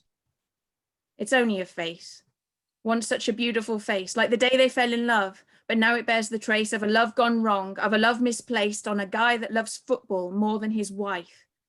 As the beautiful game ruins another life, he hits her so hard she's down on her knees. Is this the match day she ends up in A&E? Just another World Cup statistic in the football hall of shame. For those who can't remember, it's only a game. Wow. Ouch. Home. Thank you. Is that all, Becky? Have you got another one? I have another little short one if I've got time. Yeah, that would be fine. Different. Okay, bit of a comic rhyme for you. Oh, my daughter's gone now, it'll help. Wouldn't it be easier to recognise a liar if when caught telling porkies, their pants really caught fire? In this warped form of justice, it would be rather fun to see a guilty con man get singed about the bum. The value of honesty would rapidly be learned if every untruth told led to buttocks being burned. Profiteering salesmen persuading us to spend would have to cut the hyperbole or risk a crispy rear end. And many politicians would have to change their game to prevent their seats in Parliament from bursting into flame. All this Brexiteering engineered to fool a nation, enough heat generated to replace a power station. And climate change deniers would surely burn so hot that they'd end up contributing to that they say is not. Now there's one flaw in this plan to promote more honest dealings. What about the white lies told to protect people's feelings? Sometimes truth hurts too much and is twisted to be kind. How then to hide the smoke signals arising from behind? And what about the poets whose job is to create? Some form of dispensation we must surely allocate. Signed authorization from the Office of Truth Screening. The words poetic license then take on a whole new meaning. Now my incendiary idea is clearly just a joke. In reality, where would we be with backsides up in smoke? We can't expect the pyrotechnics to sort any doubt. So use your brain that truth might reign and the liars all die out. Brilliant. Thank you so much, Becky. I do hope you'll come and join us again. I'd be more than delighted. Thank you. Big hand for Becky Who, all the way from France. Thank you. Okay, and now we're going on to Cheltenham. Welcome, Marilyn Timms, who had us in fits last time, if I remember rightly.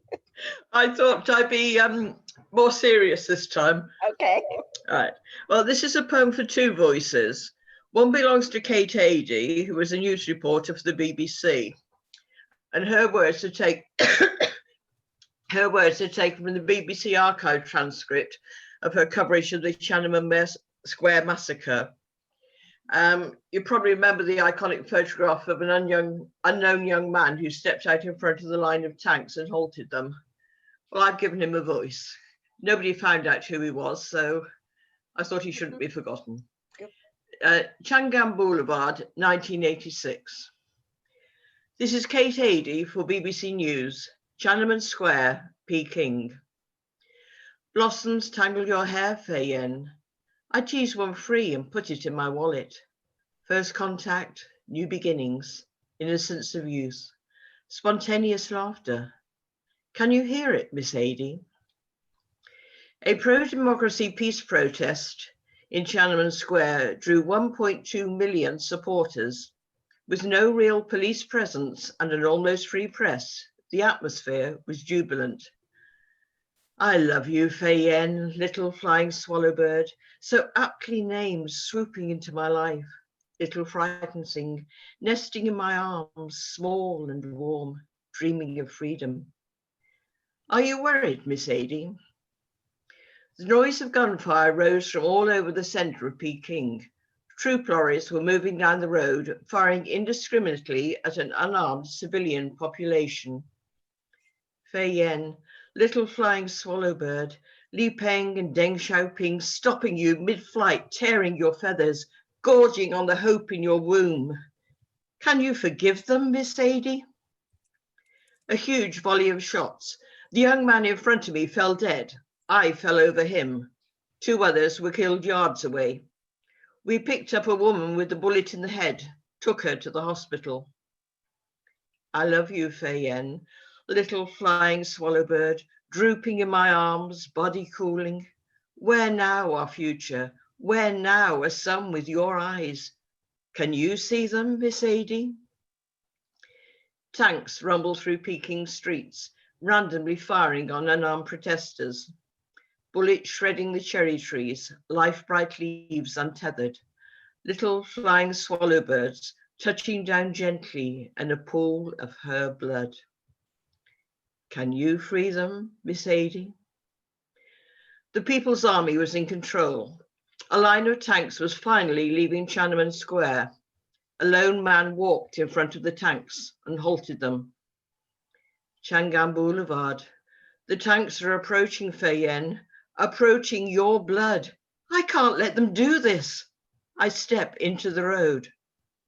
Are you crying, Miss Adie? The Chinese Red Cross initially reported 2,600 deaths, but retracted under pressure. The official figure is 241 dead, including soldiers, and 7,000 wounded. Thousands are imprisoned, many executed. Fei Yen, little swallow bird, wrap your ghost wings around Kate. Smuggle her film far out of China. The BBC's waiting. All the free world is watching. Are you ready, Miss Adie? Brilliant. Wow, that's lovely. Thank you. So moving. And Fei Yen really does mean little flying swallow bird in Chinese. Does it? It's beautiful. Brilliant. Thank you, Marilyn. Do you have another short one, or is that it? That's it. Okay. Thank you very much. Another big hand for Marilyn Timms, please. Thank you. Okay. Now I have just someone who came a bit late, and we did have her on the earlier open mic, so I've suggested she just does one poem because we really can't do Crafty Crows without Lucia Daramus. So please welcome Lucia Daramus wherever she is. I'm trying to see the place. I've lost her. Thank you. Thank you. Hello, hi. I have a poem. End by Lucia Daramus. And Linka stopped eating her sandwich. It was spring and the food in sanatorium finished. Hundreds of children. We play, we run and play and run. I wrote a letter to my parents. I asked a nurse about an envelope. A nurse. Right. I'll lick the stamp and drop off your envelope. Your envelope. War. Atomic bomb. Will die. I love you so much. I love. Here is my hand, drawing hand. I wrote in my letter with my dream inside about my parents, with my fears and ideas about bombs, dead children, and war. Yes, I remember. It was in the 80s. I was a child, stuck in a sanatorium, a communist sanatorium, and capitalist countries were in a war. a war of a foam deconstruction. I found later the truth. It was a cold war, but for me, as a child, the bomb, the dying people on the streets broke my heart and my mind. And my love for the world brings me to tears, and I wrote a loving letter about sorrow in which I wanted to comfort this world. I ran back to my hospital room, and my letter flew. I kept at my mind, my heart, the doctor's words. Darling, the earth will survive. Don't be afraid. After this, Katsarkas did not say much, but he caresses my forehead, and he smiles, a smile snatched out from his face, flowing in my mind, a child mind in which a bomb flourished. And thank you. Thank you, Lucia. That was beautiful. Thank you very much. Please unmute and a big hand for Lucia.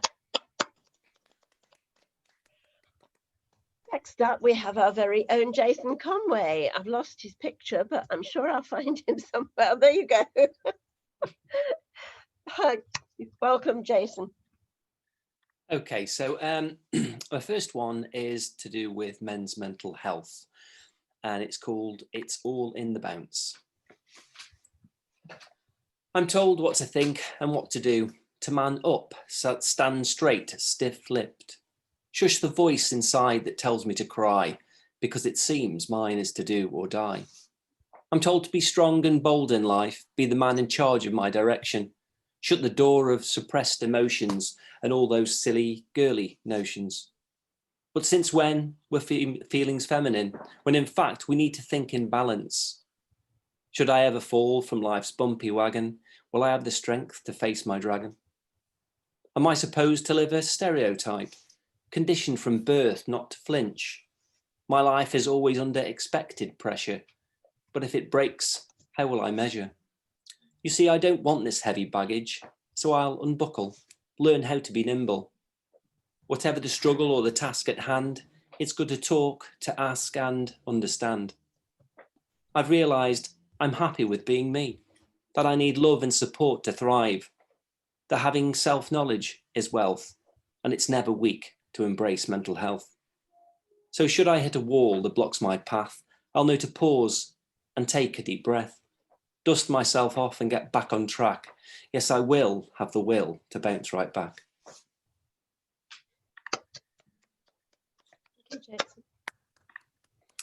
And this one is based around politics.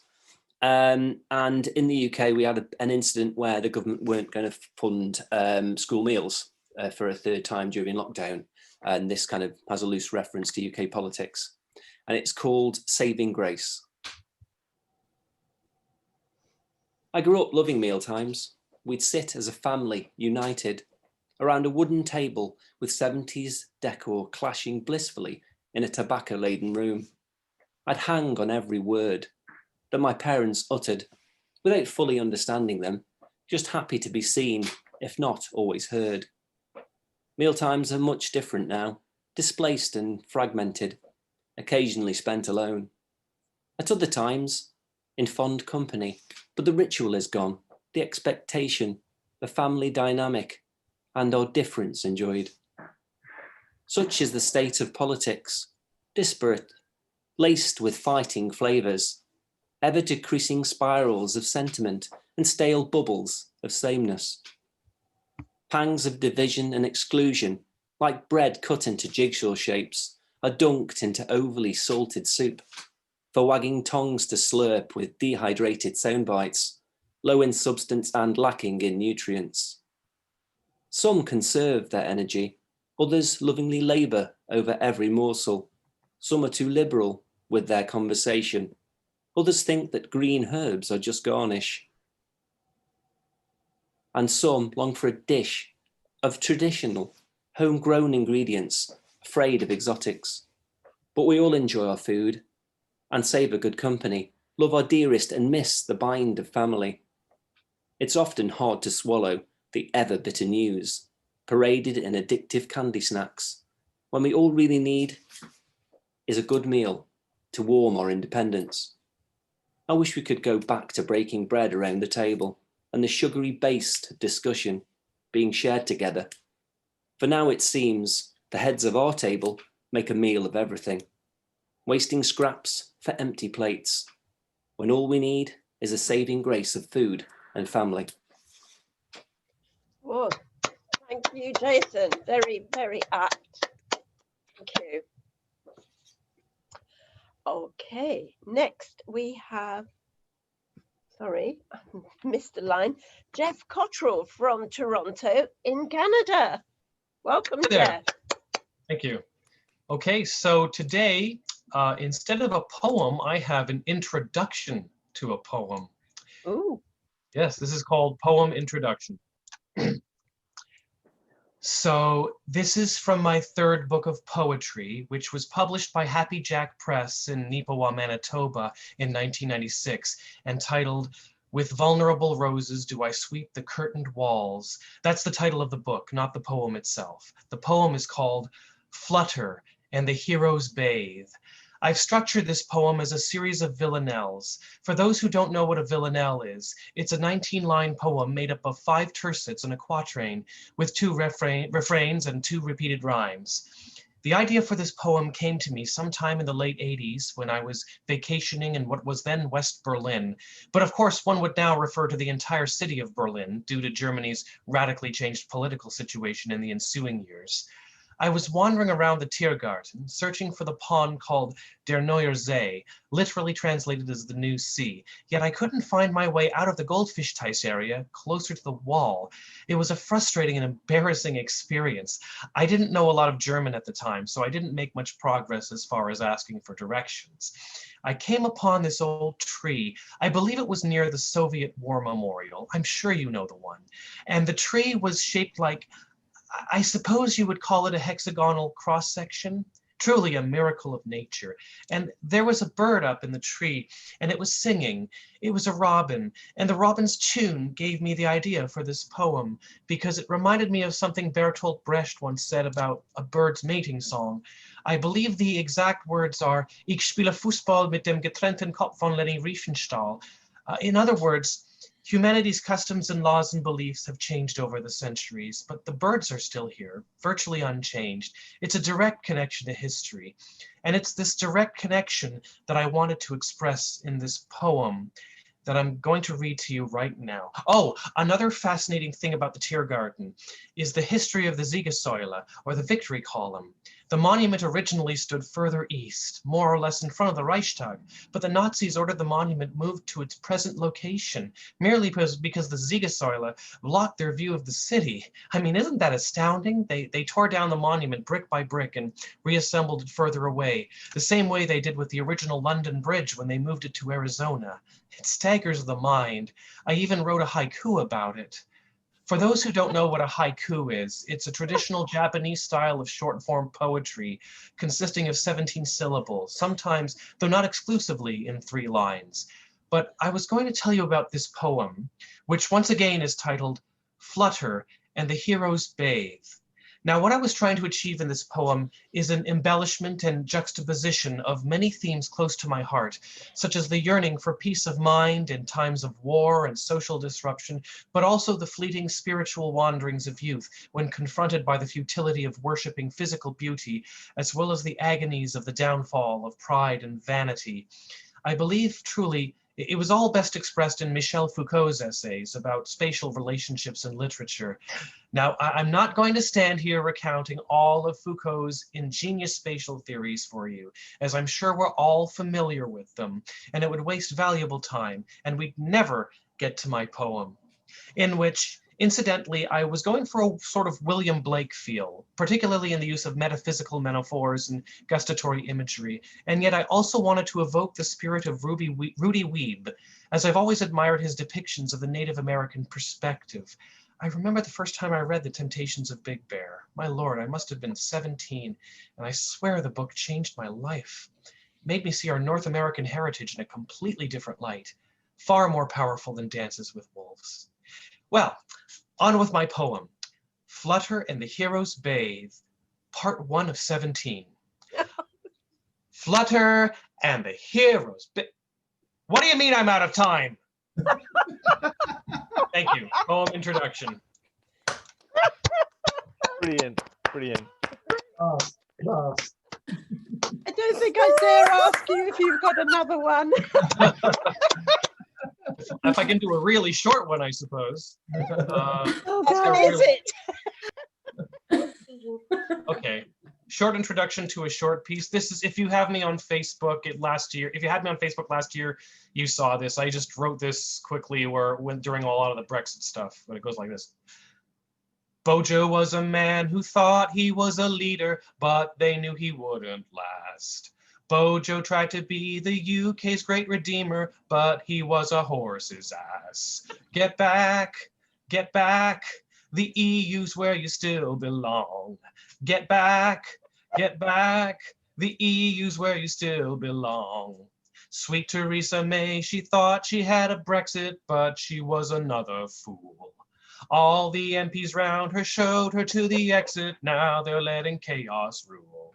And just repeat chorus. Brilliant. Thank you so much, Jeff Cottrell. It was fabulous. Brother, please unmute and give him a big hand of applause. Yay. Clive, I think you've got a rival there. Brilliant. Well, now we've come to Clive Oseman, and you never know what you're going to get with Clive Oseman. So I think we've got a duet tonight. Yeah, that's right. Yeah. Oh, wow. But just before I start, I'd like to say two things. One, that intro poem by Jeff, I've seen that happen in real life. Yeah, I'm not saying where, and I'm not saying who. I've seen somebody do a 10-minute set and explain the poem for so long she couldn't finish it. And the other thing I've got to say is, fuck off, Trump. Yeah.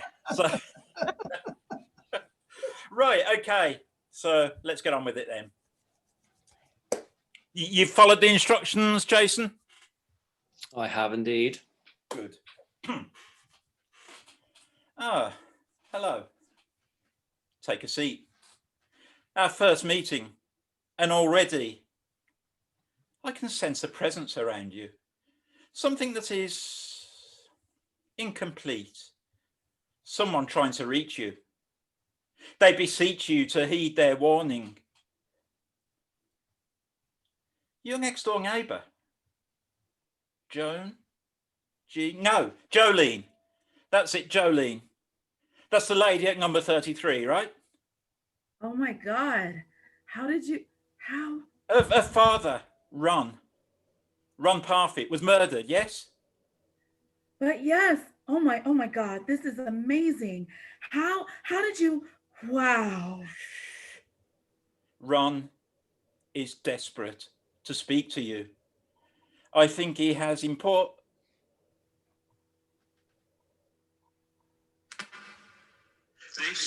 is a real ghostly spirit, but it is not Ron Parfit. No.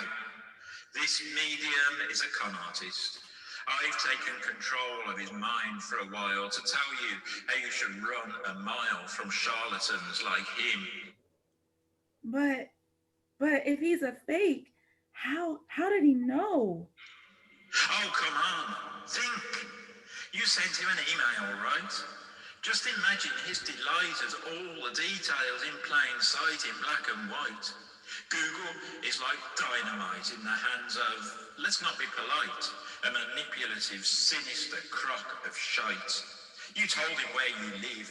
He did his research, began to dig, found out the names of friends and neighbours, and the facts he gleaned are the fruits of his labours. This psychic interlude is the first of his life. His bread and butter is deceit and lies, taking advantage of people like you seeking answers or guidance on what you should do. Now you are aware of his methods, I shall leave him alone to continue his efforts to exploit your needs and take your cash. You are going to expose him as trash because I'm now going to possess your mind in the same way I made him blind to what was occurring. He is now stirring and will have no recollection of what has been said. This has all been about wrong in his head. You are going to kill this scam dead. He will pay you out of panic and dread. So yes, that's Ron's message to you. You must think I'm a gullible school kid. I wanted advice, but I'm not that stupid. I know what you did. I hacked your computer. I'm a brilliant bullshitter refuter. And and Busty Belinda took you for a dummy and soon parted you from your money. A con man conned. Now that's just funny. Stop this! Stop! I have this place completely surrounded, so do as I say or your problems compounded. This consultation was completely free. In fact, you are going to pay me a fee. Give me the cash you've got stashed in the safe and I'll send it back to its rightful place. The people you conned with your phony message, it's okay. I've got all their names and addresses. I've forgotten the combination. That won't do. You'll find it's 897692. How are you doing this? Stop it! Stop it! Give me the money. Here, take the money. Thank you. Stop it! Now let this be a lesson. Be careful that you know with whom you are messing. Thank you very much. Thank you, Clive. Thank you, Special K, for joining in there. You never know what you're going to get with Clive. Yeah. Thank you, Clive. Brilliant. So, well, that brings us to the best bit of the night. I'm sure everybody will be okay in saying that. The fabulous Chloë Jacquet. Chloë has a preference for straight talking and a penchant for rhymes and opinions. Her poetry is both entertaining and meaningful. Her work deals with a wide variety of subjects, ranging from workplace discrimination, mental health, to the pressures placed on modern men, and her short-term relationships with a biscuit. A regular live performance at poetry gigs, festivals, and literary events, her work has featured several times on the radio, including the BBC. She's also been published in a variety of anthologies. She was 2017 Oxford Hammer and Tongue Slam champion and reached the semi-finals of the National Slam finals at the Royal Albert Hall in both 2018 and 2019. Chloë can be found on social media platforms using the handle Chloë J Poetry. And if you haven't managed to find a copy of her Take It by the Line, you really must get it. So without any more ado, please unmute and give a big warm welcome to Chloë Jacquet.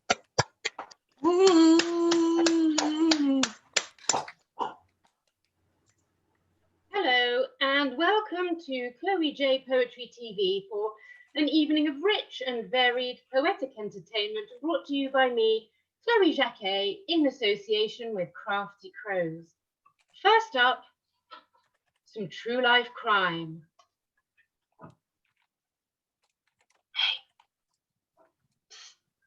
Hey, you looking for a fix? I've got some of the highest grade shit. Come over here. Seriously, it's some of the finest gear you'll find on the street. It's pure, not cut, 100% neat. I'll do you a deal. I'll do it for cheap. You look like a discerning customer. Tell me, what is it you're after? I've got the stuff that will blow your mind, the trippy, psychedelic kind. It's called Allen Ginsberg. You take it by the line and I guarantee you a bloody good time. If you're bouncing off the walls and you feel you need a downer, or you're having issues with your father, a touch of Sylvia Plath under the tongue is the dose you're after. If you're the kind of person who likes to booze, a shot of Dylan Thomas is what you might choose. It'll be like there are words dancing in your ear. Or perhaps you'd like a bit of Shakespeare. You can swallow one sonnet for that warm, loving feeling, or two for a bit of that Midsummer Night's Dreaming, but don't take any more. The come down can be brutal. I knew this young couple that were left suicidal. And if you do feel like you're drowning, a huff of Stevie Smith will have you waving and back to raving. Oh, don't be such a cliche. I don't have any Molly, but I do have some Holly McNish. That will show you reality like it really is, and chances are you'll want to get naked. If you want to dance to the beat of a London street, try a bump of Cape Tempest. Sure, it might make you feel angry or stressed, but you'll no longer feel repressed. Over here, I've got some rupee core if something a bit more instant is what you're looking for. Now this is some Oscar Wilde. Does what it says on the tin. It's far from mild. I even saw a chap once hallucinate that he was in a handbag as a child. And for something just as effective, but a little bit cheaper, what I have here is the open mic regular. Now this is one you can directly inject and it's hardly likely to show up in the test. Last but not least, this one is mine. You should get it. It will take you to cloud 9. So, what do you want for your next fix? Don't worry, with these you can pick and mix. Basically, all of this can take you on an unbelievable trip with no sweating, no gurning. There might even be some learning. Sure, it might make your brain swell, but that's from all the extra grey cells. So, do you want to buy some poetry? It might make you see the world differently. Thank you. Woohoo!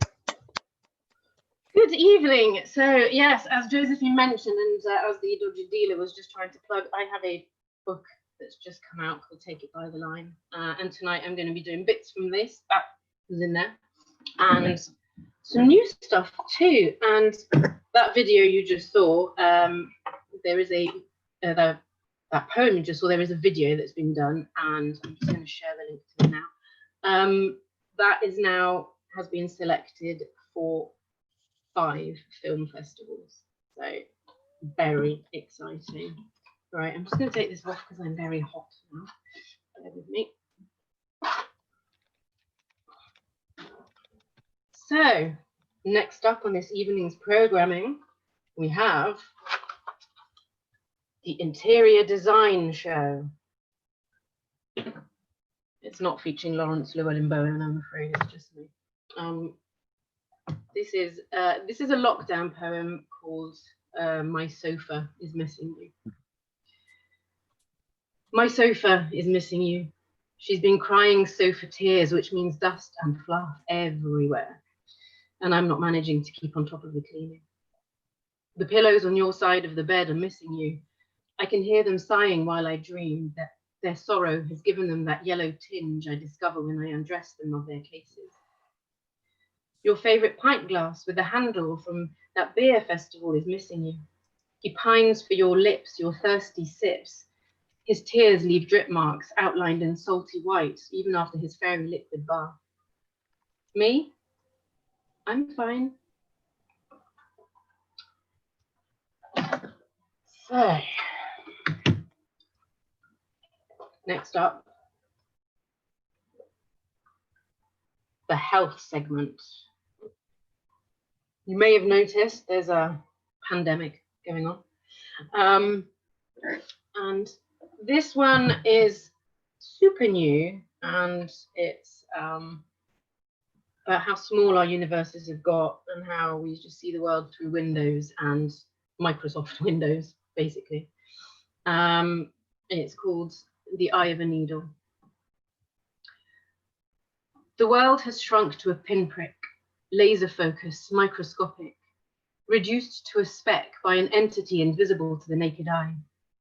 My eyes, stale, stained red, stare through square windows and windows squares, at screensaver-style patches of sky or tiny pixels making up a picture that remains cold and flat. Out of reach humans and visions, narrow horizons. My eyes hurt, their muscles ache for width. They squint, needing to be split by space, expanses, wide gaps of anything. I long to stretch my eyes across a vista wider than the reach of my arms, more expansive than distilled perspective. Feed them the sea, a desert, a mountain. Show them the beauty that is in the eye of the beholder, were the beholder not entombed in this room. I cannot be reduced, boiled down to fit this essence of a world, to be threaded through the eye of a needle. I find myself in the eye of an internal storm. There is only so much time I can spend with me, myself, and I. Thank you.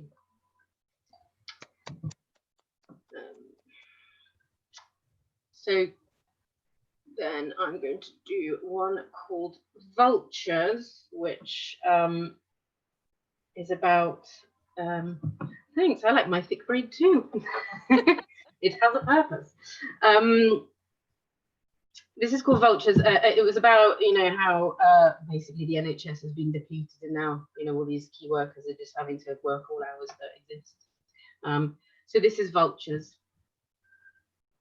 Peck out its eyes, strip its hide, cut back its muscle, feast and fatten on its flesh, drain its lifeblood, dismantle its structure, sever its systems, mine its nerve center, break down its spine, suck out its marrow, gorge on its guts and pillage its heart, bare its bones, then bleach them. And when it is needed, although it's depleted, expect it to get up and dance. Thanks. So this next one, I have not performed in a long time. Just hang on. We're moving on to current affairs. Yeah, this one I haven't performed in a while. This is my first slam poem, although it's a bit over time for a slam poem. I wrote it following the attacks on the Bataclan in Paris, the anniversary of which is coming up soon. I think it's on the 15th. And it's really hard, but I feel I need to bring it back out because France seems to be again under attack from extremists, and it's happening in Vienna, and our terror threat level has been upgraded to severe. So things aren't great. So I wanted to do this one again. Picture a girl, maybe 19. She lives the kind of life girls from other worlds dream. She's completed school. Now she's at uni, learning to be a lawyer, fancies George Clooney. She's independent, she's confident and free, has a lovely boyfriend, he gave her a key. Her present is carefree, her future is bright. The only time that she's afraid is the odd walk home alone at night. Now picture another girl of a similar age, same time, same place, but somehow full of rage. For some reason she's lost, feels there's nowhere to belong, so she goes online, finds a religious song. She thinks she's found something to believe in, something for which to fight, not seeing that if it's such a secret, then it just cannot be right. Whilst girl number 1 goes home for Sunday roasts, girl number 2 withdraws from those who love her most. She escapes to a distant land where she receives training. She's given to an older man, her mind he's inflaming, but she looks up to him and the rest of the dusty clan. They've given her a purpose, they're hatching up a plan. Friday. Girl 1 is at a bar with a bunch of friends. They're chatting, laughing, drinking, celebrating the weekend. Everyone's sitting outside because it's still so warm. They talk about the weather. There might just be a storm. Meanwhile, girl 2 is in a car heading into town. She too is with some friends, but each wears a silent frown. As girl 1 hugs her boyfriend amongst music and fairy lights, girl 2 is rounding the corner preparing for her night. It starts with pops and bangs, sounds like firecrackers. No one really reacts until someone's blood splatters across someone else's face. Then instantly there's panic. They all drop to the floor. The shooting sounds like static. Then suddenly it stops. Nothing but deathly silence. And girl 1 understands this as terrorist violence. As nothing seems to move, she gently lifts her head. All around her people, dead or playing dead. Then she sees number 2, a resolute look on her face. In her right hand is a trigger, a belt around her waist. As girl 2 stepped so quietly, no one heard her come. The living think it's over, those able stand and start to run. Girl 2 shouts something out and presses down her thumb. Her body is annihilated and half the scrum succumb. Girl 1, still on the floor, ears ringing and confused, slowly realizes she's still able to move. And she feels no pain at all, so she opens both her eyes. Someone screaming near her, she hears sirens in the skies. As rescue comes bursting in, she knows she has survived, but not her lovely boyfriend. He's lying by her side, blood pouring from his chest. His ribs poke out like spurs.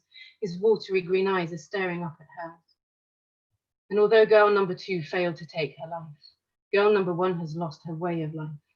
She's lost her sense of freedom. Her entire existence has changed. Now it's not just walking home alone, that makes her afraid. And we all now know a little of that fear as we walk our days and nights. But we mustn't stop living free. Our forefathers earned us those rights, especially as fear is what they're after. Our fear is what makes them seem so strong. But look past the shadow of a spider and you'll see its legs aren't that long. So as we're gathered in this room to share words, to laugh, to sing, let's show them we're far braver than them and we're going to carry on living. Thanks.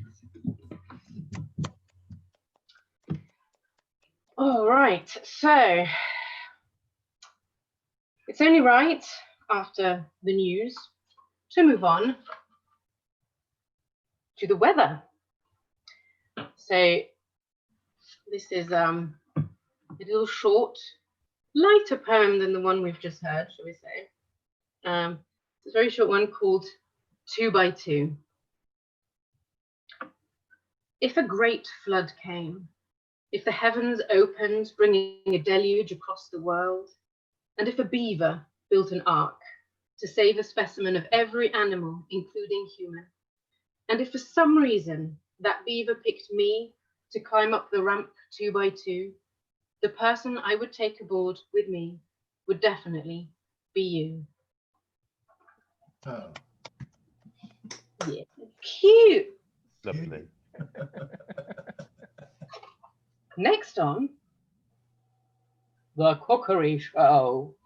This is also kind of like a bit of a children's poem, and the marvelous Ben Williams, who basically brought my vision for the book, for my book to life, is working on some illustrations for this. So I think it's, you can imagine yourself. It's quite visual, and I'm just going to go straight into it.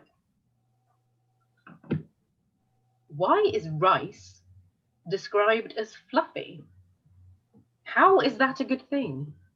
Would you eat peas if they were furry, or chew on hairy party rings? Hirsute hula hoops and Pilius pears, stubbly sandwiches, eclairs with hairs? Would you lick fuzzy jelly, chomp a shaggy chocolate cake? Would you bite bushy breadsticks, put fleecy beans into your face? I imagine bearded apples would be a nasty thing to eat. And as for whiskered wagon wheels, they'd get caught in your teeth. What would you do with tufted popcorn? You can't shave it nice and sleek. Shall we melt a knob of bristly butter on your villous bubble and squeak? If we munch flocculent bagels, they'll get stuck in our throats. We might have tickling tonsils from our downy porridge oats. Why is rice described as fluffy? It really seems odd to me. Will we be having woolly noodles tomorrow for our tea? Whatever next? Fields full of sheep with fleece made of rice? Hold on second thoughts, that might actually be nice.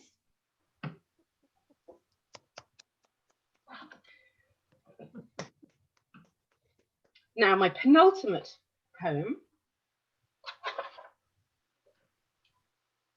is in the politics section. So let me just get my clipboard.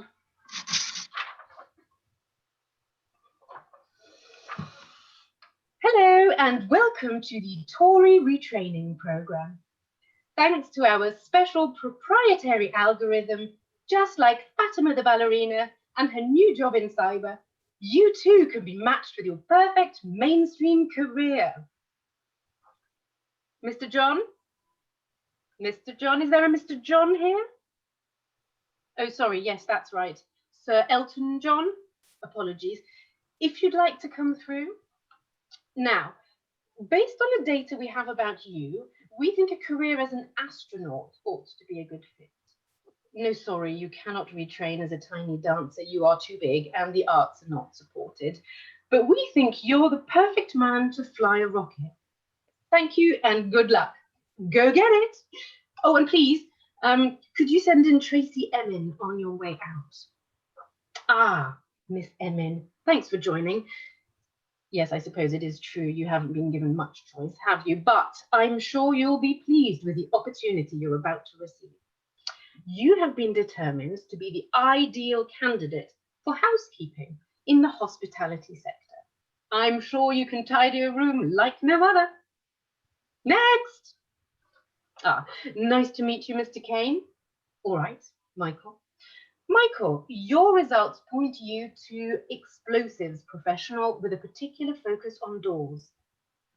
Mr. Banksy, please can you remove that balaclava so we can verify your ID?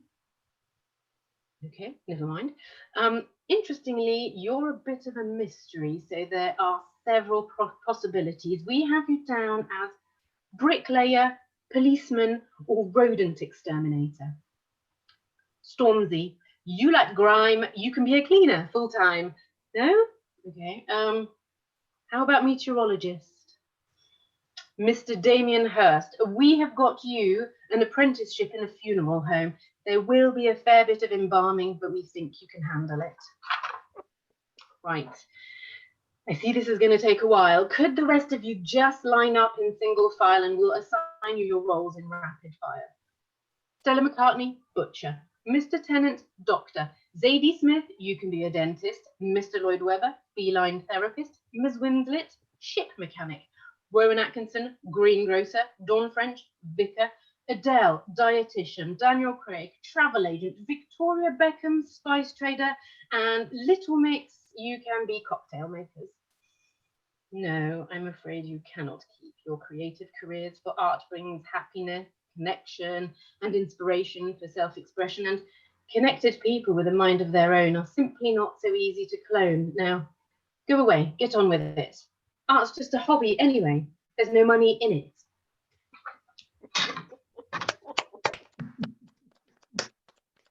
Right, I have one more left for you, and before I do it, I would like to thank Josephine, Peter, and Jason of Crafty Crows, and all of you for listening.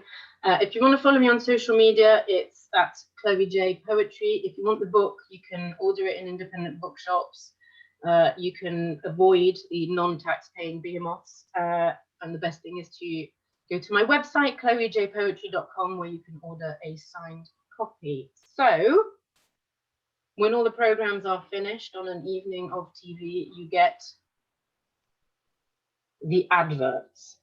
So, bear with me for 1 moment as I do this. And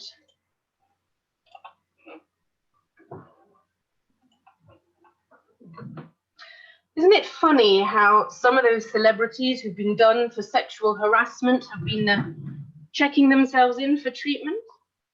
This is one of those American medical adverts you might have seen, which I think would be right up those celebrities' streets. Do you struggle to keep your hands to yourself? Do you feel you have rights over people due to your power and wealth? Do you find yourself unwittingly getting into trouble, but the cause of the problem leaves you befuddled? You are not alone. And now, thanks to a brand new medical breakthrough, we have the solution for you. Doctor, doctor, I can't stop groping women. Mr. Celebrity, it's not your fault. You're clearly ill. So I should prescribe you some Gropidin. I think we'll go straight for the higher dose. We can go up to 2 ml at most, but if you take it twice a day, it should help keep those pesky urges at bay. Doctor, the Gropidin wasn't enough. I was with a female associate and my clothes fell off. There, ignore that drama queen. It's not you, it's a malfunction in your genes. So I shall modify the medical protocol and prescribe you some Gropadol. It comes in a convenient spray, so you can use it any time of the day. Spray it once on your face, twice on your sack. It'll make everything shrink and contract, so no chance of committing a lewd act. Doctor, I got in the buff and I told that actress to touch my shrunken stuff. Oh no. I see you're one of those poor, unfortunate men. I therefore recommend that you always carry around a gropey pen. If you ever feel tempted, even just a little bit, whip out the pen, engage the tip, and stab it into your bum. And in the time it takes to count from 3 to 1, you'll be rendered catatonic, saving you from any histrionics. And if all of that fails and there's a chance you might end up in jail, we'll just check you into one of our clinics. You'll see they're great. Terrific. Gropadin, Gropadol, and the Gropey Pen are trademarks of Dirty Old Men Incorporated.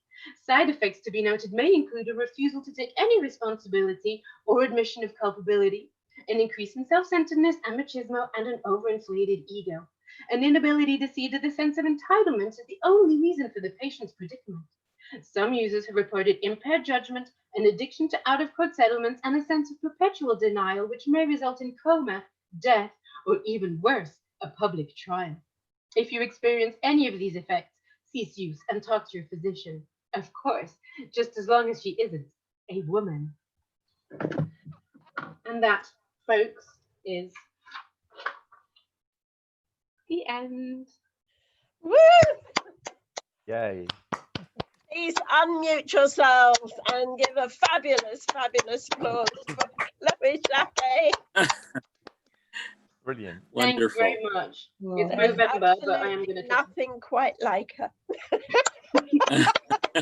Which can mean fabulous, fabulous. Thank you, Chloe. That was brilliant. Thank you for having me. You're more than welcome. Well, actually, of course, we had to have you back anyway, didn't we? Because at Squawkers, I missed that so much. My windowsill is not the same anymore. Squawkers was an event, a monthly event, a real event. And we had a tag poetry slam, which Chloe won. And it was the Raven was the award, which she's now handed back. But of course, also to win was to have another set Squawkers, but we couldn't do Squawkers, so we've had her at Crafty Clothes. So please, another big hand for the fabulous Chloë Jacquet. Thank you. Oh, that was a brilliant night, wasn't it? Well, I thought it was anyway. I've just got a few things to talk about before we go. Number one, if anybody is feeling generous, if you think about the fact that when you go out to an ordinary event, you have a cup of coffee, a slice of cake, a beer, a packet of crisps. So the link will be put on the chat, and if anybody's feeling that they could donate some of their coffee money to us, that would be very gratefully received. It goes to helping us get such fabulous poets as Chloe. The next thing I want to talk about is Derek Doran. Derek, where are you? Can you just wave a hand if you're there? Is he gone? Where is he? I think he's fallen off. Yeah. Oh dear, what a shame. Because we have his launch of his book, A Wasp in My Cockpit, which I haven't got the book here, but that will be coming up on Monday, the 16th of November between 7 and 9. So please look out for that because that's going to be a fabulous book as well. And then next, in December the 2nd, we have the Trawler Special. Now, to those who don't know what the Trawler is... Steve. Sorry? Can you do me a favour, because I'm being awkward? Can you remind me when the launch of Derek's thing is? But not now, not now. Closer to the time. Oh, okay. This disembodied voice, I thought I was in another of Clive's poems. No. You better remember, Ziggy, because I think you're reading. I know. Yeah, that's what I said. Remind me because I'm going to forget. Yeah, sorry. Yeah, because Ziggy is going to be reading at the event, which is what he's trying to tell me. I'll put it in the chat. Yeah, and I've lost the other one you gave me. Yes, so Ziggy and Sue Winspear from Worcestershire, so she's brilliant too. So now I'm going back onto the trawler, which is the Gloucestershire Poetry Society's anthology. We trawl through all the posts that were put on our group page over a year, just over a year. And we picked all the poems that meant or came out to us as good for whatever reason. And we put them all together in the Trawler 2020. Now, on Wednesday, the 2nd of December, we are going to have the special Trawler special, which is going to be everybody who would like to come along and read their poem. And I think at the moment we have something like 35 poets who are willing to come and read one of their poems. So it's going to be a large event and everyone is welcome, not just people from the Gloucestershire Poetry Society or the poets in here. We'd love to see you all. It should be really, really interesting. There are far too many poets on the back for me to read them all out, but we've got some brilliant names there. And so that will be between 7 and 9 on... Sorry? Pardon? What date's that? It's the 2nd of December, Ziggy. Charlie said Wednesday, the 2nd of December. I will send you, because Ziggy will be reading a poem out of that as well. Will I? Yes. Oh, thanks. Cheers. As will Charlie Markwick and Kuma-san, who's sitting over there. I can just see her. Charlie said it was a 4th. Charlie said it was a 4th. Pardon? Charlie said it was the 4th. No, I didn't. Don't listen to Don't listen to 4th of December, yeah? I don't know what he's talking about, but never mind. I'm going to get on. Thank you, Ziggy. And I think we've got Gemma as well, Gemma Crow, who's sitting over there. She will be one of the poets, as well as will so many others here. It's going to be fabulous. Myself included, actually. I'll be reading a poem as well. So we're all looking forward to that. I think that more or less wraps it up. Oh, there is one last little thing. You may notice if you look on the Gloucestershire Poetry Society page that I've put on about some winter workshops, poetry workshops. We've got several people already signed up, but we still have room for others. So it is free. You do have to get a ticket, but it is free. So please, if you can't find it on the page, you can always message me or email Peter and we will get you on. So we will be doing, the first one is on the 19th of November at 7 o'clock. Am I right, Peter? And we will be doing, we'll be looking at nostalgia and what we like to do to keep ourselves safe and makes us feel nice, and whether that is actually a good thing or a bad thing. So we can be writing some poetry about that. So that's going to be brilliant. I would like now to ask everybody to unmute themselves and to give a big hand to all our open mic leads. They were all brilliant and it's been fantastic having some new people along. So thank you, Becky. Thank you, Agatha. Thank you, Daedalus. Thank you. I'm trying to look on here. I'm sure we had a couple of others too. I'm not sure I see them here. They may have gone. But thank you for all of that. And also now a really big hand to Chloë Jacquet again. I think that's just about me done. So feel, what's this? Oh, thank you, Chloe. Gemma was loving your heart, so we're sending one back. I was loving Chloe. Loving Chloe, yes. Yeah. So yeah, that's more or less me done for tonight. We've had a fabulous night. I've thoroughly enjoyed it.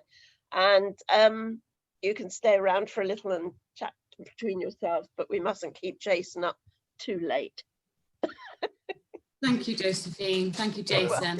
Everybody. So glad I made it. Yeah, and thank you, Jason, for all your work too. Thank you, Jason.